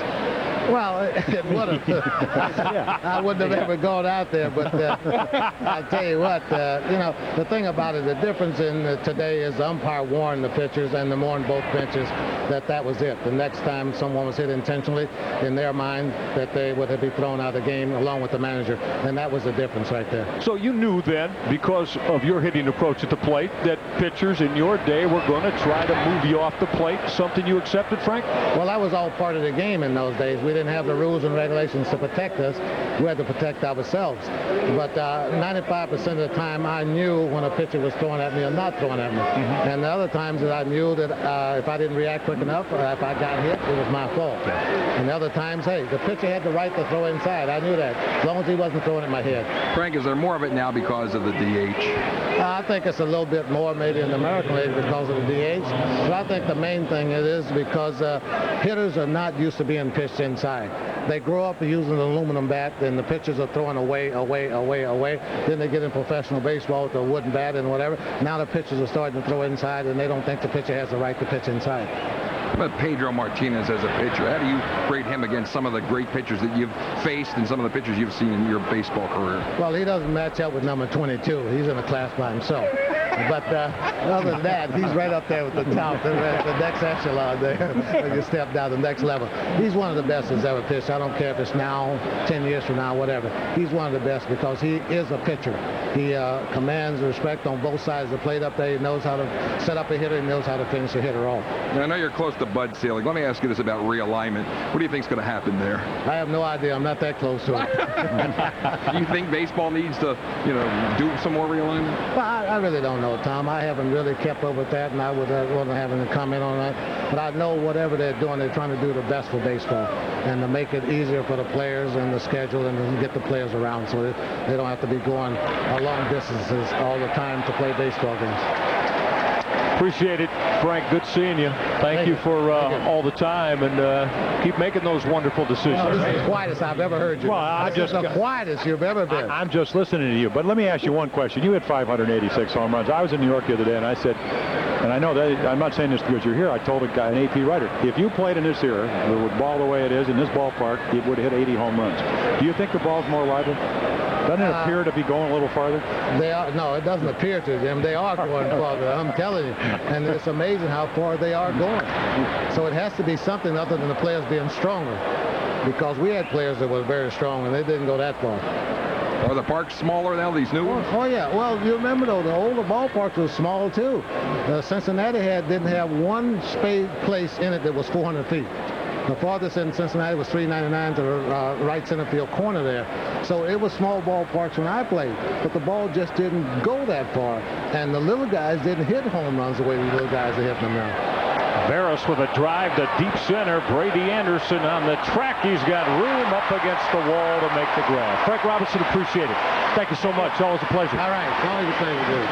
Enjoyed our visit with Frank Robinson, Orioles Hall of Famer. We're going to the bottom of the sixth. Red Sox lead the Orioles 4-0. And welcome back to Baltimore's Camden Yards. We're going to take a look now at the Time Bridge sports trivia question for the night. Who was the last American League pitcher to win at least 23 games in a season? I think that's kind of maybe the easiest one of the entire year we've had here. Okay, so we'll think about that then for a little bit, huh? Before we divulge the correct answer there. We're at the bottom of the sixth here at the Yard. Michael Regai with Jim Palmer, Tom Davis, Frank Robinson. Nobody can touch his teammate number 22, according to the Hall of Fame. Nice. Think so? Yeah. We'll have to tell Joe Kerrigan he said that. Martinez is, this is state of the art right here. Doesn't really get any better than this. He could pitch in any year. As could Mike Mussina, all the great pitchers. 0-2 to Mike Gordon. Struck him out. See, that's a cut fastball. We have not seen that very often tonight. It's a pitch he throws into lefties, and a cutter, it's just a little bit more pressure in the middle finger, and the ball just moves a little bit. It almost acts like a slider sliding away from you. Joe Kerrigan was saying, he works like if you took a rectangle, he works elevating the ball. And Jason Veritek, who's catching tonight, said he hadn't seen anybody to do it better. But if you took a rectangle and took the strike zone up to the top levels, up and in and up and away, sure, he works on that in when he takes his side. So not only down the strike zone, but he'll just hit the corners of the rectangle. He can pitch in, he can pitch out, as Frank was saying, and he's intimidating because if you get too comfortable, he's going to come inside. And Frank made a good point. He said it's all right to pitch inside. You just can't do it after you get warned. But he did that because he knew he had to protect his teammates, and everyone in that locker room respects that. And he got suspended. I don't think Frank knew that when you suspend him for 5 days and he misses he gets that extra day of rest, he's going to be 13-0. So it worked out fine for the Red Sox. 1-1 to Brady Anderson. Bounced at first baseman Brian Dahlbach, who will handle it himself. Two quick ones for Pedro Martinez here in inning number 6. I want to remind you that this copyrighted telecast of Orioles baseball being presented by authority of the Baltimore Orioles and CBS Cable, and it may not be reproduced or retransmitted in any form. And the accounts and descriptions of this game may not be disseminated without the express written consent of the Orioles and CBS Cable.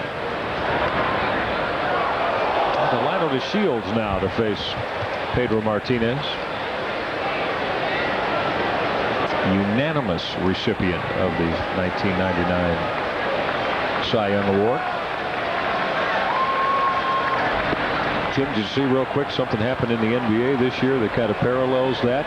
Shaquille O'Neal did not get every vote for MVP. One dissenter who for Allen Iverson, and that gentleman has been grilled the last couple of days as to why. But you know, it's like when Mike Cuellar went 24-8 and one Baltimore writer didn't even place him third in the Cy Young voting, and as it turned out, he ended up tying Jim Perry.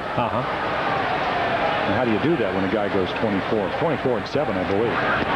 Swing and a miss. Pedro Martinez now has fanned 9. 2 more in the 6th inning as he blows away Delino to Shields. Top of the 7th next. 4-0 Boston. For over 40 years, Phillips Seafood Restaurants have been serving authentic Maryland-style seafood and award-winning crab cakes. Stop by one of these local Phillips Seafood locations and get your claws on Phillips' new premium crab cake, a 5-ounce all-lump crab creation, a connoisseur's delight. Remember, at Phillips, you can taste the tradition. There is no doubt that the energy level goes up. Went up a couple decibels. Yes, it did. One of those food commercials. Well, the man knows of what he speaks, so. Represent the products well, right? Absolutely. You're born and raised here, and you've sampled all of these sumptuous delights, right? You're exactly right. I don't think there's a restaurant I've ever missed in town. Not looking to. On purpose or otherwise, right? Top of the 7th in store for us here at the Yard. Red Sox lead at 4-0. This is number 9 hitter Donnie Sadler with a shot to right. Albert Bell will track to his left to reach up and haul it in. Well, Sadler first pitch swinging down on the line drive to right. You know, Jim, we were talking a moment ago about Sidney Ponson and the situation about maturation process for Sidney. You talk about sometimes guys getting force-fed to the major leagues, and looking at his innings pitched, he's thrown more innings up here in the big show than he did in preparation as a young pitcher in the minors. Well, that's what Sammy Ellis was saying. I mean, and the reason he was rushed is because good windup, ability to throw strikes, but still, he's got to learn to throw more quality strikes. There's nothing wrong with his performance tonight other than the fact he's pitching against Pedro Martinez. The average ERA in the American League for every team is 5.12. It's over 5 runs a game. So here we are in the 7th. Yeah, Garcia Perez not playing, Hubbard's not playing, but he hadn't got hit hard tonight. It's just very hard to look good when your other team is not putting any runs on the board. Well, this will be an interesting sequence with Jose Offerman. How Jim now change up, base hit, fastball, base hit up the middle, then the slider that got lifted out of here to deep right over the auxiliary board. So if you're Sidney Ponson, you put this in the memory bank. You got to go try to get this guy out. Oh, it's about, he's already got a base hit on a changeup and a fastball. He tries to throw him a third pitch, a slider. He speeds up the bat, and this ball hits one of those flagpoles, and he's playing a little bit of pinball out there, all over the place.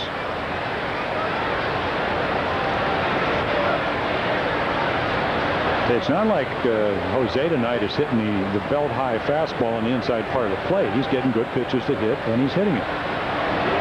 2-2 pitch off the leg of Ponson. It'll ricochet right to Conine, who beats Offerman into the bag. And he should have had another one because he got another good pitch to hit.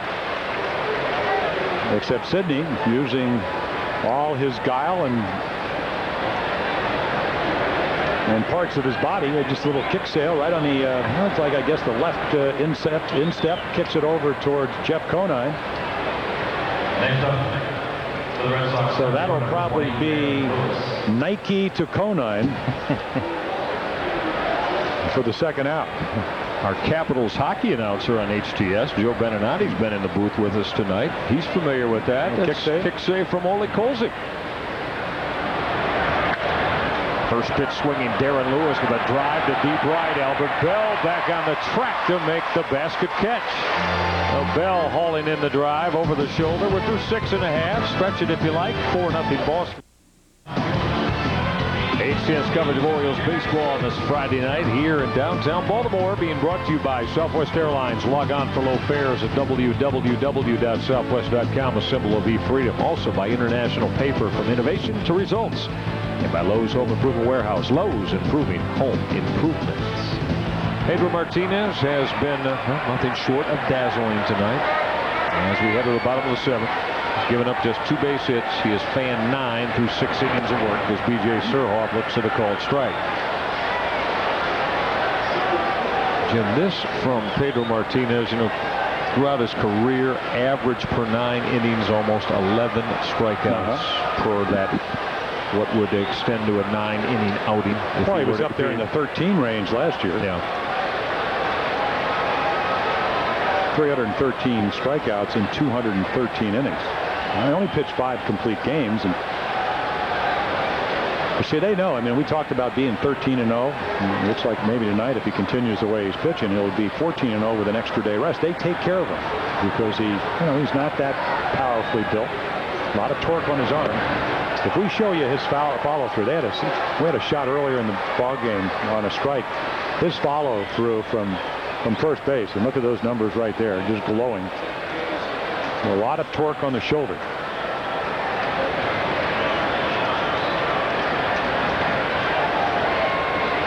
And if you look at last season, he went 4-1, 6-0 in the month of May, then 4-1 in June, 1-1 the 5-point ERA in July when he had some shoulder problems. Surhoff got jammed on the ground at Jose Offerman. They're out number 1 here in the 7th. 4 times last year in the 6 months of the season, he was American League Pitcher of the Month. So he has been the pace setter as far as pitching standards go in the American League, and pretty much now throughout the game of baseball. There's Albert Bell. Albert leading off in the 5th. He got the first base hit for the Orioles tonight after Pedro Martinez had retired the first 12 that he'd faced.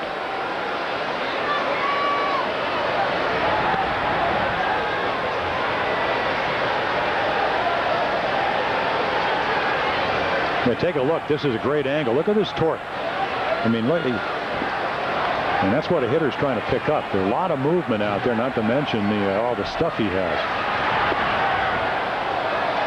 So that's the pitch that Joe Kerrigan was talking about. And Albert takes it. It looked like it might have been a strike, but you don't want to be hitting that pitch anyway. Can't do much with it. And Martinez can bring his whole assortment, his whole repertoire from the same arm slot, same arm angle, huh, Jim? Yeah, and the amazing thing is that he had major shoulder surgery back in 1992. Albert Bell pops it up on the left side for Donnie Sadler. 2 down here in the 0-7. Time Bridge Technologies trivia. If you've been paying attention tonight, and he's the last American League pitcher to win at least 23 games in a season, other than Pedro Martinez. I got to think it's Roger Clemens in 1924-4, 1986. That's my call. My guess. Guidry won 25. Stone won 25. Bob Welch, like I said, 27 in 1990. Forgot about Bobby Welch. Ron Hasse. It was his fault. He was his catcher. Bob Welch, 20. That's right. 27 games. 27-6 or something like that. Pretty good year. I'd say. Oakland A's have had their share.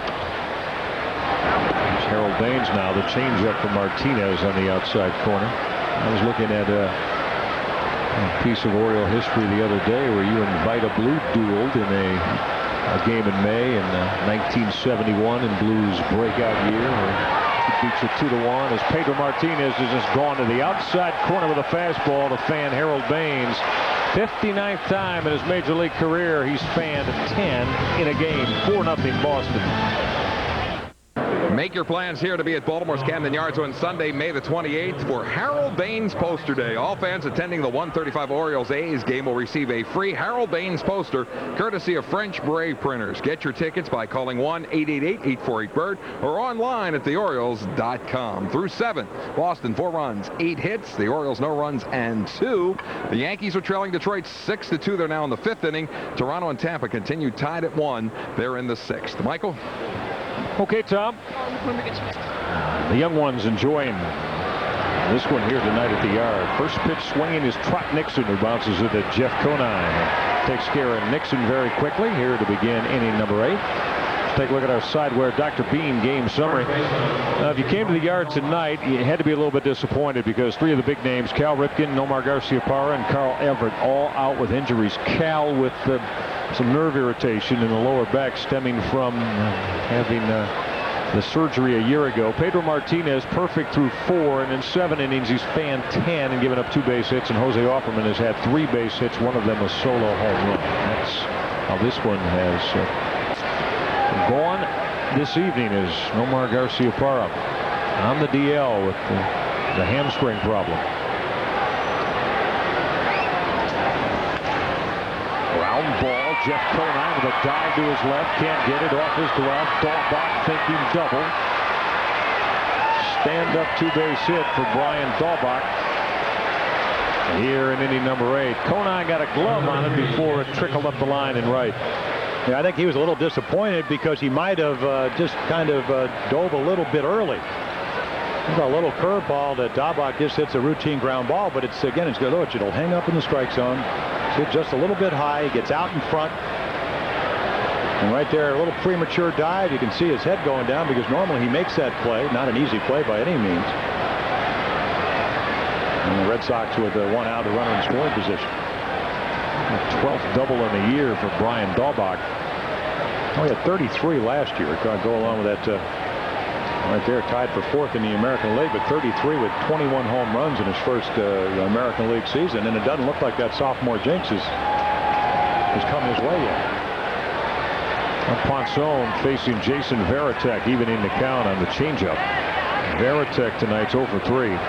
Sox have 9 hits. They got 2 in the opening inning for Pedro Martinez, tacked on 1 in the 2nd, and then Offerman's solo home run in the 5th to build the lead to 4-0. This is lined on 1 hop at Bordick. He's going to throw to Mark Lewis to put the tag on Brian Dahlbach. Don't know what Dahlbach had in mind with not a lot of speed, and the ball hit basically right to his left behind him at Bordick, who easily threw him out at 3rd. Well, nice play by Mike, and of course you expect something heads up, but I think he gets caught. See right there, he hesitates. Bordick just waits to Mark Lewis to get over there for the tag, and of course if you watch Dahlbach, he comes around the base, he's going to be tagged out, and then he fires his helmet because he knows he made a mistake. He's going to go out of our picture. So he knows that, instead of having somebody in scoring position, you don't have anybody in that position anymore. Troy O'Leary lifting Ponson's first pitch foul over the O's dugout. Let's take another look at Brian Dahlbach here as Jim said. Yeah, just like a little ball that's jammed, but he knows he's a dead Red Sox right here. He went heads up. Why did I do that? Of course, Wendell Kim's not even looking at him. I didn't tell you to do that. Nothing to do with me. That seemed to be what Wendell was trying to convey, yes. Ponson facing O'Leary now. Wendell Kim, their 3rd base coach for the Red Sox, apparently is very good. He does magical trips. Yeah. Right there, I think that Brian Dahlbach would like to have been disappeared, and Wendell would have been the reason that he disappeared. Somehow, poof, you're gone. Yep.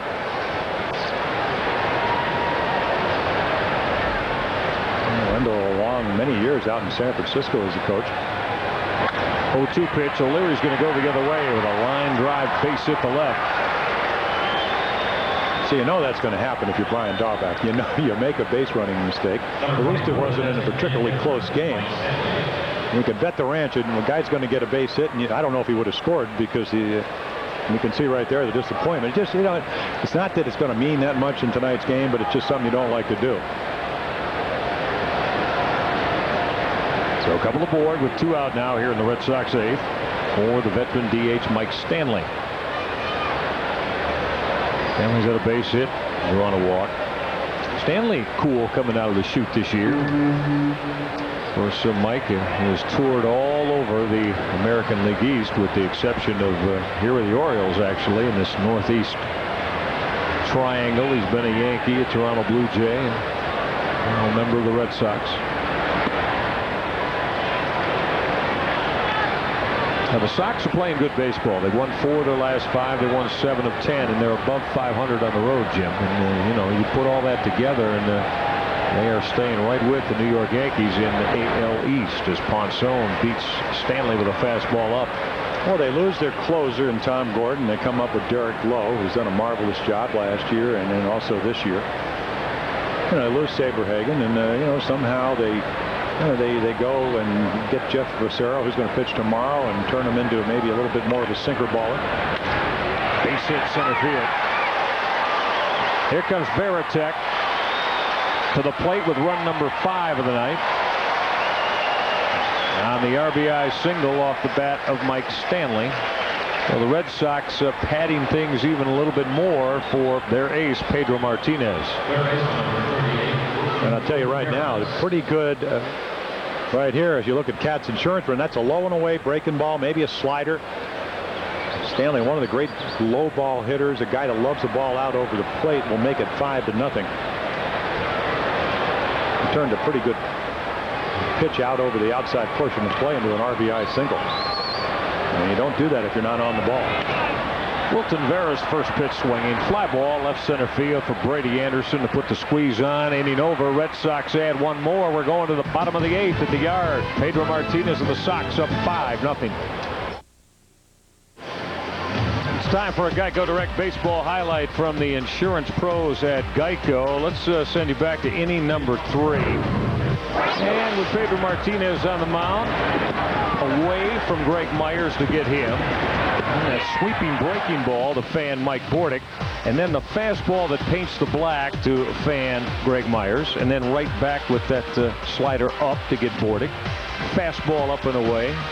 You see, Jim, you talked about the rectangle, corner, down and up each side of the plate that Martinez works to. Prime example there in that particular package. Yeah, I was just going to say that 59th time that he's over 10 plus or more strikeouts. 32 times since he joined the Red Sox. Power pitcher with great command. And with a very deceiving windup with great velocity and great movement. And totally unpredictable, which is why he's as good as he is. He's well on his way to his 6th win of the year tonight. Up 5-0 in the bottom of the 8th. Facing Jeff Conine, Greg Myers, and Mark Lewis, the 3 scheduled. Calvin Maduro up and loosening again for Mike Hargrove. 2nd straight night that Calvin has been up. So Mike Hargrove was telling Mike Flanagan and I on the trip he likes what he's seen of Calvin Maduro and Jose Mercedes, the 2 young men that started the year in the rotation. Martinez goes to the whip, comes up and in to take care of Jeff Conine for strikeout number 11. Well, that's the perfect example of what Joe Kerrigan, the pitching coach of the Red Sox, talked about when he talked about being able to elevate the ball when you need to. And how often do you get the pitch up in the strike zone? Well, you know when you do? When you get ahead. Strike 1, strike 2, out of the strike zone, strike 3. There's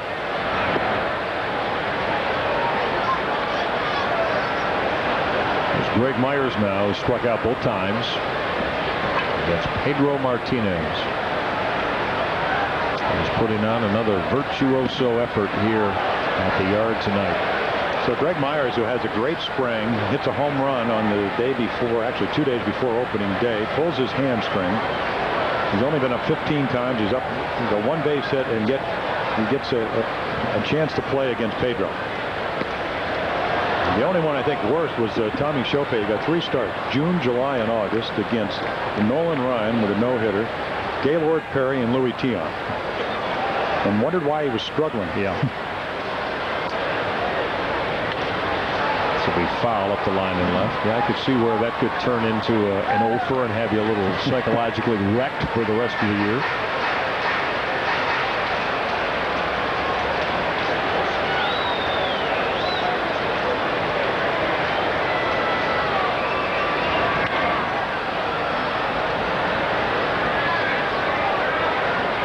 I mean, the way I don't want to, again, just talk so much, but he's got the fastball that runs away from you if you're Greg Myers. He just threw him a cutter in on his fist. He's got a changeup that looks exactly. He's already struck out on that. And he's got that big sweeping curveball. We might see that right here. And we do, but it hangs outside. See that conventional sign, just the two fingers indicating the curveball because nobody's on base and you don't have to have any trickery. That's as conventional as it comes. Try to hit that fastball. He just blew away Myers for the third time tonight for strikeout number 12. He's now fanned 3 in a row, going back to Kane Baines to finish off the 7th. And that's 29 in those last 2 starts. Let's just see if you can hit my best fastball down the chute. A little bit of lift on it, giddy up. And Greg unable to get to it.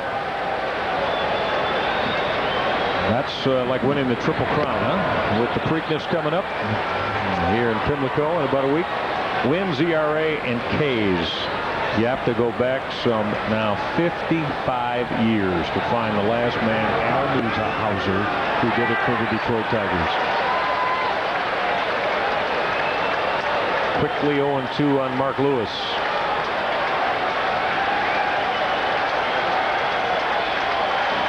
Some of the Oriole fans making that 2-strike noise here at the Yard as Lewis fights it off. Well, you know, Pedro coming, you have to understand, goes from the Dodgers to Montreal, then he comes to Boston, and they asked him, they said, are you amazed how excited the fans are here? He said, oh yeah. He said, they got guys jumping up and down. If they pop up, they boo me. They want those Ks. And I'll tell you, that looked like that might have been another one. Still in the 96, 97 mile-an-hour range on the gun here in the 8th inning.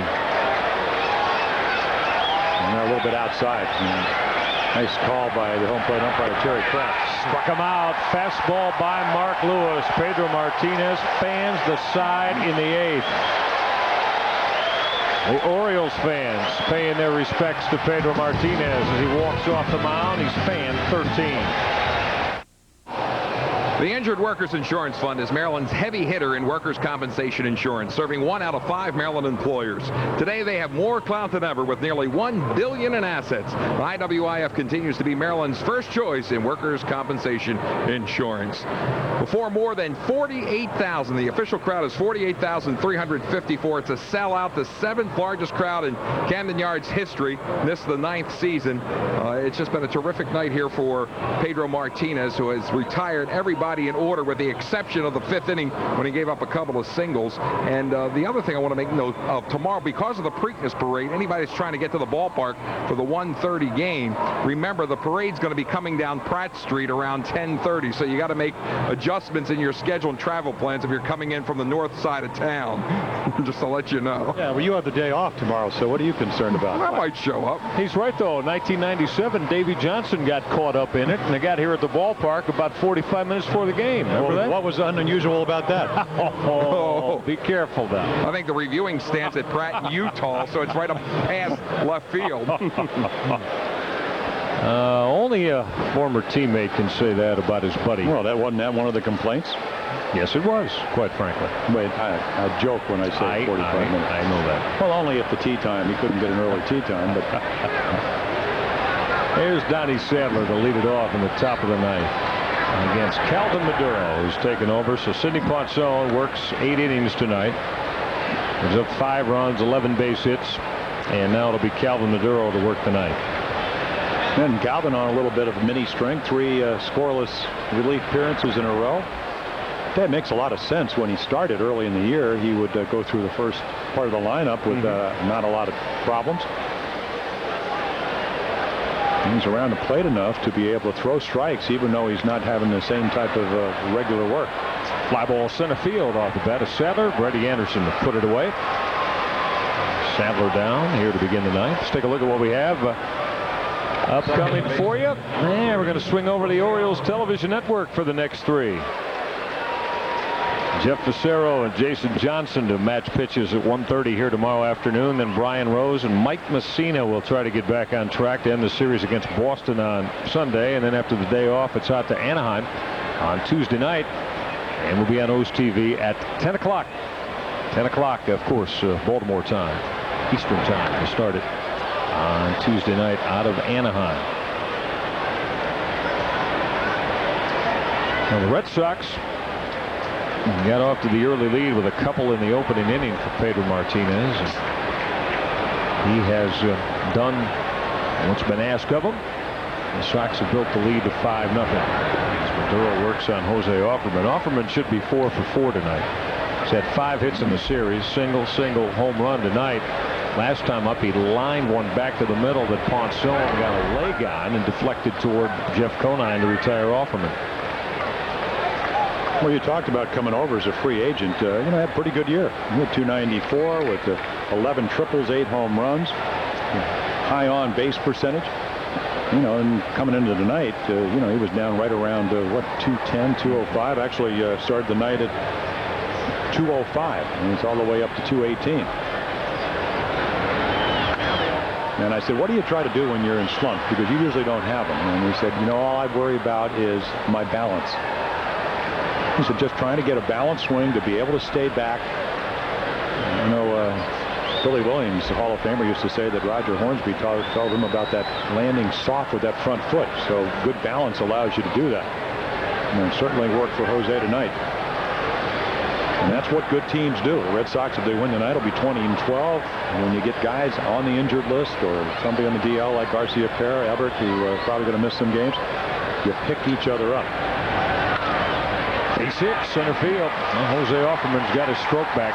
Now 4 for 5 tonight. He has 6 base hits in this series through the first 2 games. It paces the Red Sox offense. Well, what a great philosophy. Hit the ball back up the middle. If they throw you a breaking ball, it speeds up your bat. That's what came on the home run. Change up, he hit the right field. Fastball back up the middle. Home run to right. Fastball back up the middle twice. So he's had 5 quality at-bats tonight. Can't ask for any more of that. Very much so. Here's Darren Lewis now. Lewis has had 2 hits tonight.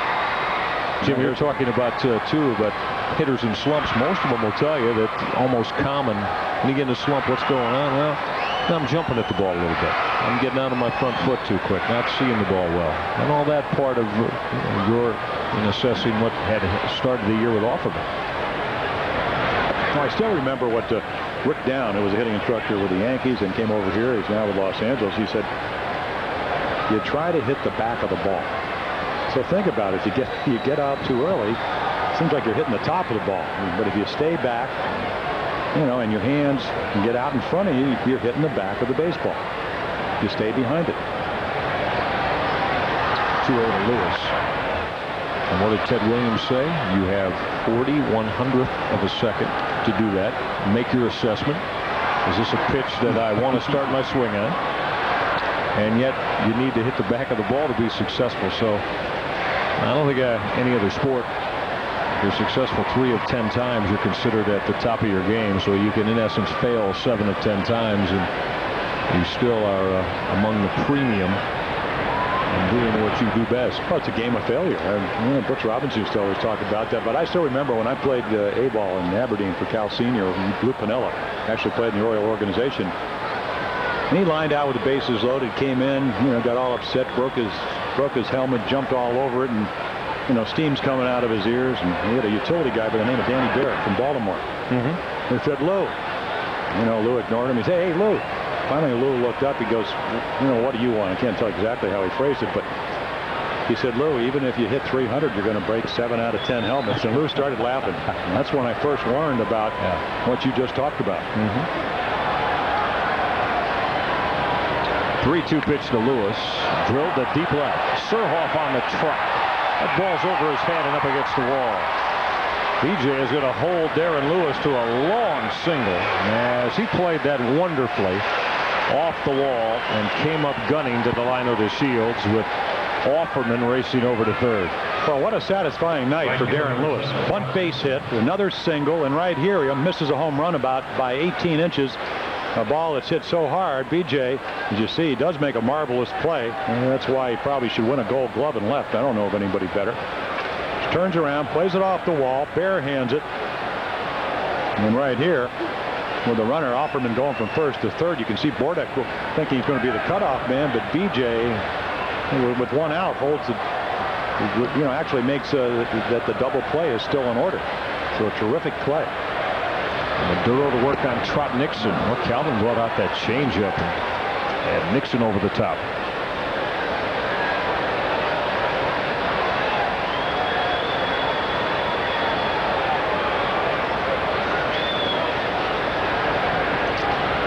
The Orioles started out this 2000 season at 11-5 as Nixon will rope at the center. It'll drop in front of Brady Anderson. Base hit. Here comes Jose Offerman.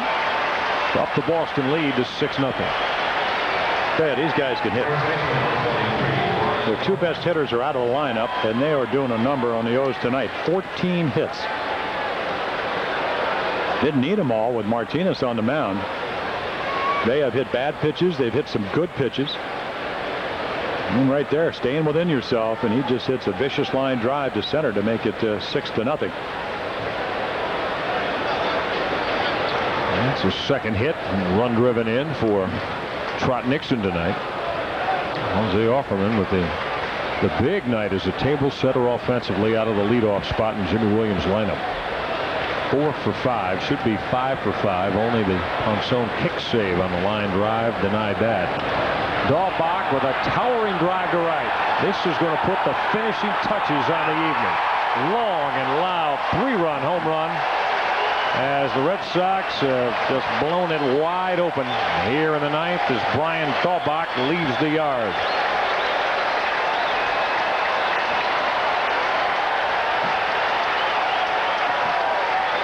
Well, if your favorite color is gray and red, you'll like this swing.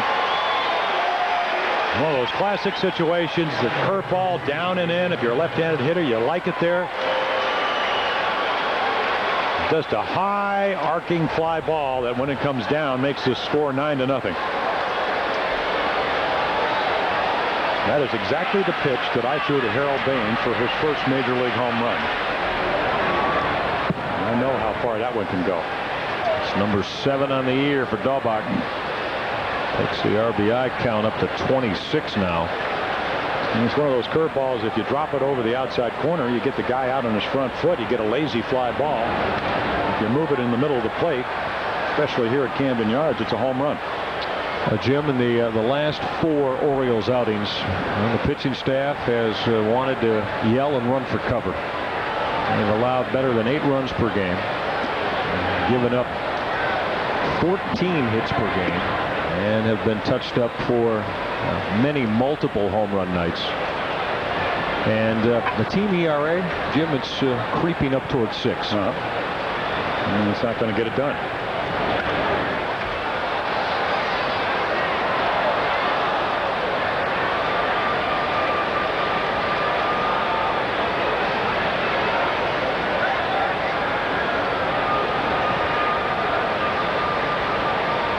Southwest Airlines plain view this beautiful Friday night. The yard starting to thin out a little bit now, but 48,000 here as Calvin Maduro fans Jason Varitek with the second out here in the ninth.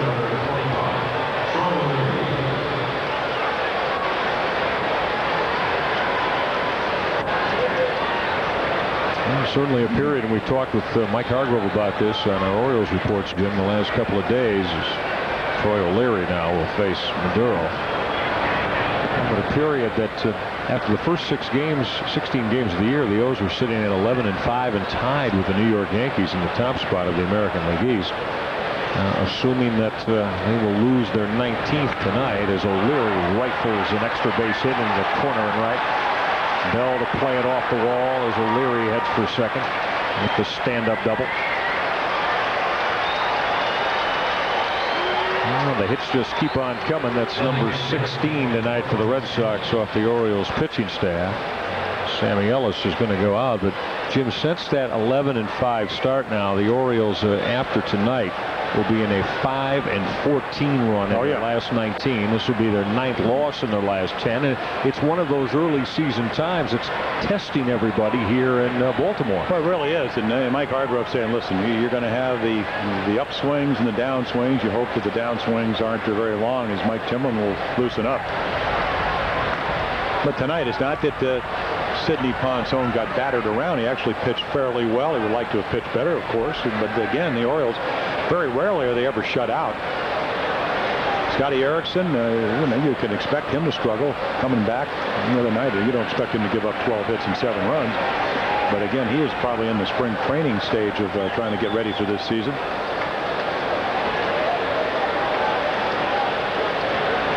But the pitching certainly not doing what they need to do to allow this ball club to stay in ball games and feel like they have a chance to win. The last win from an Orioles starter was 2 weeks ago tomorrow, when Mike Mussina went through that 138 pitch performance and gutted out the win over Texas. The previous to that was 3 nights before that. So you're looking at 1 win in the last now 17 days. Stanley with a drive to center, but Brady Anderson's going to have room back near the track to put it away, and we're going to the bottom of the 9th. The Red Sox got 4 more, and they bumped this lead up to 9-0. First family value game of the year, O's fans, scheduled for Wednesday, May 24th. The Orioles and the Seattle Mariners at 7:05. Get an upper reserve ticket, a hot dog, and a soda for only $15. Get your family value tickets at the Orioles box office or by calling 410-685-9800. You can do that tomorrow after 9 a.m. Operators will be standing by to help you. So it's bottom of the 9th time as Pedro Martinez needs 3 outs to rack up a shutout of the Orioles. Pedro Martinez, you saw his line. He has fanned 13 and given up 2 base hits, both of them in the 5th inning to Albert Bell and Jeff Conine, both singles. No walks. 0 walks. And I can only remember, and that was back in the 2nd inning when he struck out Jeff Conine, the only time he went 3-2 and made a perfect pitch on the outside corner. And he's looking to get into double figures as a member of the Red Sox staff, throwing the complete games. 1-1 to Bordick. That got a piece of the changeup. Mike struck out twice tonight. Let's see, the only Oriole that has not fanned tonight has been Harold Baines. Well, I take that back. He got Harold too, didn't he? Every Oriole has fanned at least 1 time tonight.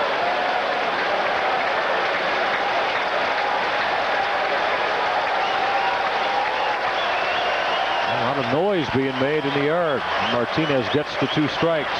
Struck him out. That's number 14 for Pedro Martinez.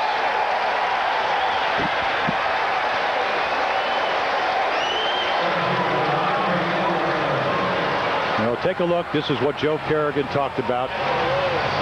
Been to the mound 1 time to talk to Martinez this year, twice last year. It's like they got a hole in the bat tonight. That's the kind of pitches he's making.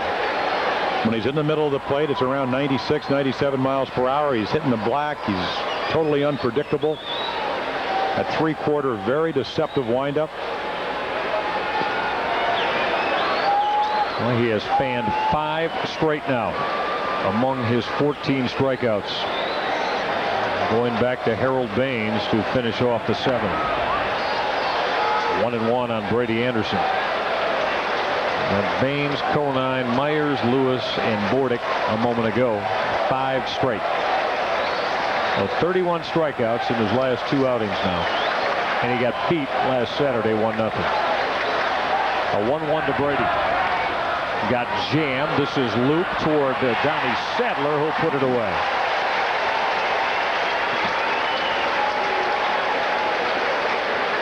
So the Orioles down to their final out here against Pedro Martinez. Yeah, Sadler just called up from AAA. He'll just race behind shortstop. He's got great quickness. They sent him out to make sure he get a chance to play. So with Garcia Ferra on the disabled list, will be out at least 15 days. They also have Manny Alexander. Can play shortstop. I guess that's the point I made early on, Mike. They just bring up a minor leaguer when they have a veteran defensive guy playing on the bench. See how this youngster can do. Well, Pedro Martinez 1 strikeout away from tying Louis Tiant, Nolan Ryan, and Randy Johnson for the American League record for strikeouts in the last 2 games. They did it to the tune of 32 Ks in 2 games. Martinez has fanned 31. And 10 in the game before that against the Indians. In only 7 innings. 7 innings. Yeah. Many of the Orioles fans on their feet here in the bottom of the 9th. They've witnessed a masterpiece from Pedro Martinez. Got him. It's over. Just a tremendous gem from Pedro Martinez as he fans 15 Orioles on the night in his 2-hit shutout. Just another great pitch. Should I swing? You talked about 4/10 of a second. And that will end it for the Red Sox and Pedro Martinez. So another dynamic performance. Now our Dodge player of the game tonight. Is there any question? He goes to 6-1, and Pedro Martinez fans 15 in shutting out the Orioles on just 2 base hits, and he did it in 113 pitches. Very impressive as the Orioles lose to Pedro Martinez and the Red Sox. 9-0 Boston. We'll be right back to the Yard. Welcome back to Baltimore's Camden Yards with Pedro Martinez, who just struck out 15. Size up this effort versus the one you had the 17 strikeout the last one. Well, they're both 2 games that were good to my understanding. I'll take the other outing on top of any other outing, and this outing was just as good. But the difference was that we scored earlier, and I got on top early in the game. There was only 1 inning where the Orioles put anybody on base at all. I mean, you retired this side 1, 2, 3, 8 out of the 9 innings, so obviously there wasn't too much pressure. No, it wasn't too much pressure because I knew I had the lead, so all I had to do was just get ahead and try to make it happen. Pedro, you don't take any time between pitches. How come? Well, I just feel on the groove, and I feel like I don't need much to warm up. So this weather, I'm used to it, and it's kind of humid, so this is my type of weather. I don't feel like I need much to warm up, and that's why I just keep going. Jim Palmer noticed that you cut your shirt, your right sleeve in your shirt. Do you do that before every game? I do that since 1995 when I happened to just pull mine out because it was too tight under my arm speed, and since then I felt comfortable and it doesn't come out from the side, so I decided to just leave it like that. You were able to keep your ball inside the way you like to, even though you were warned about it and were suspended. I mean, you certainly are going to keep pitching inside, right? I threw a lot of pitches that were similar to the one I threw to Einar, with the difference that these batters were aware of it and they let go sometimes. They didn't dive as hard, so that's probably the difference. But I did throw some pitches inside, and I'm not going to quit doing it because it's part of the game. And that pitch to Einar Diaz was just a pitch to get him out. I kept pitching inside and didn't say anything after that. But that one just happened to be a little closer to him, and he was diving a little harder. So that's probably why the ball seemed to be closer. But I had no intention to try to hit him. If I wanted to hit him, I could do it without missing. One final thing. Before you left the warm-up before the game, the fans kept cheering you, and they're cheering you now, Pedro. What's it like for you here at this ballpark?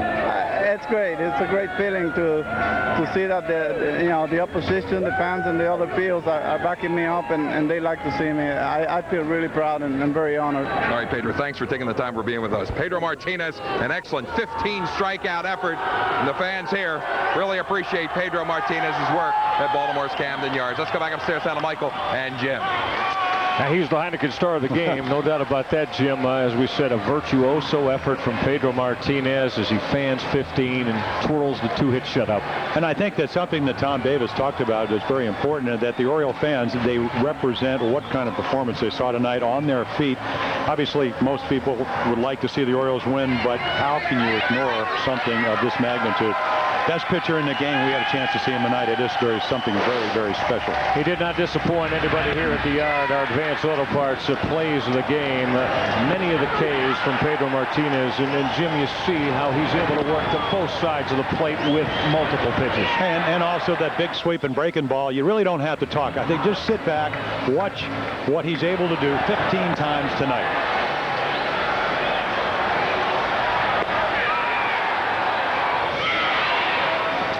It was all about Pedro as the Orioles fell to the Boston Red Sox. The final at 9-0 on the 15-hit strikeout performance from Pedro Martinez.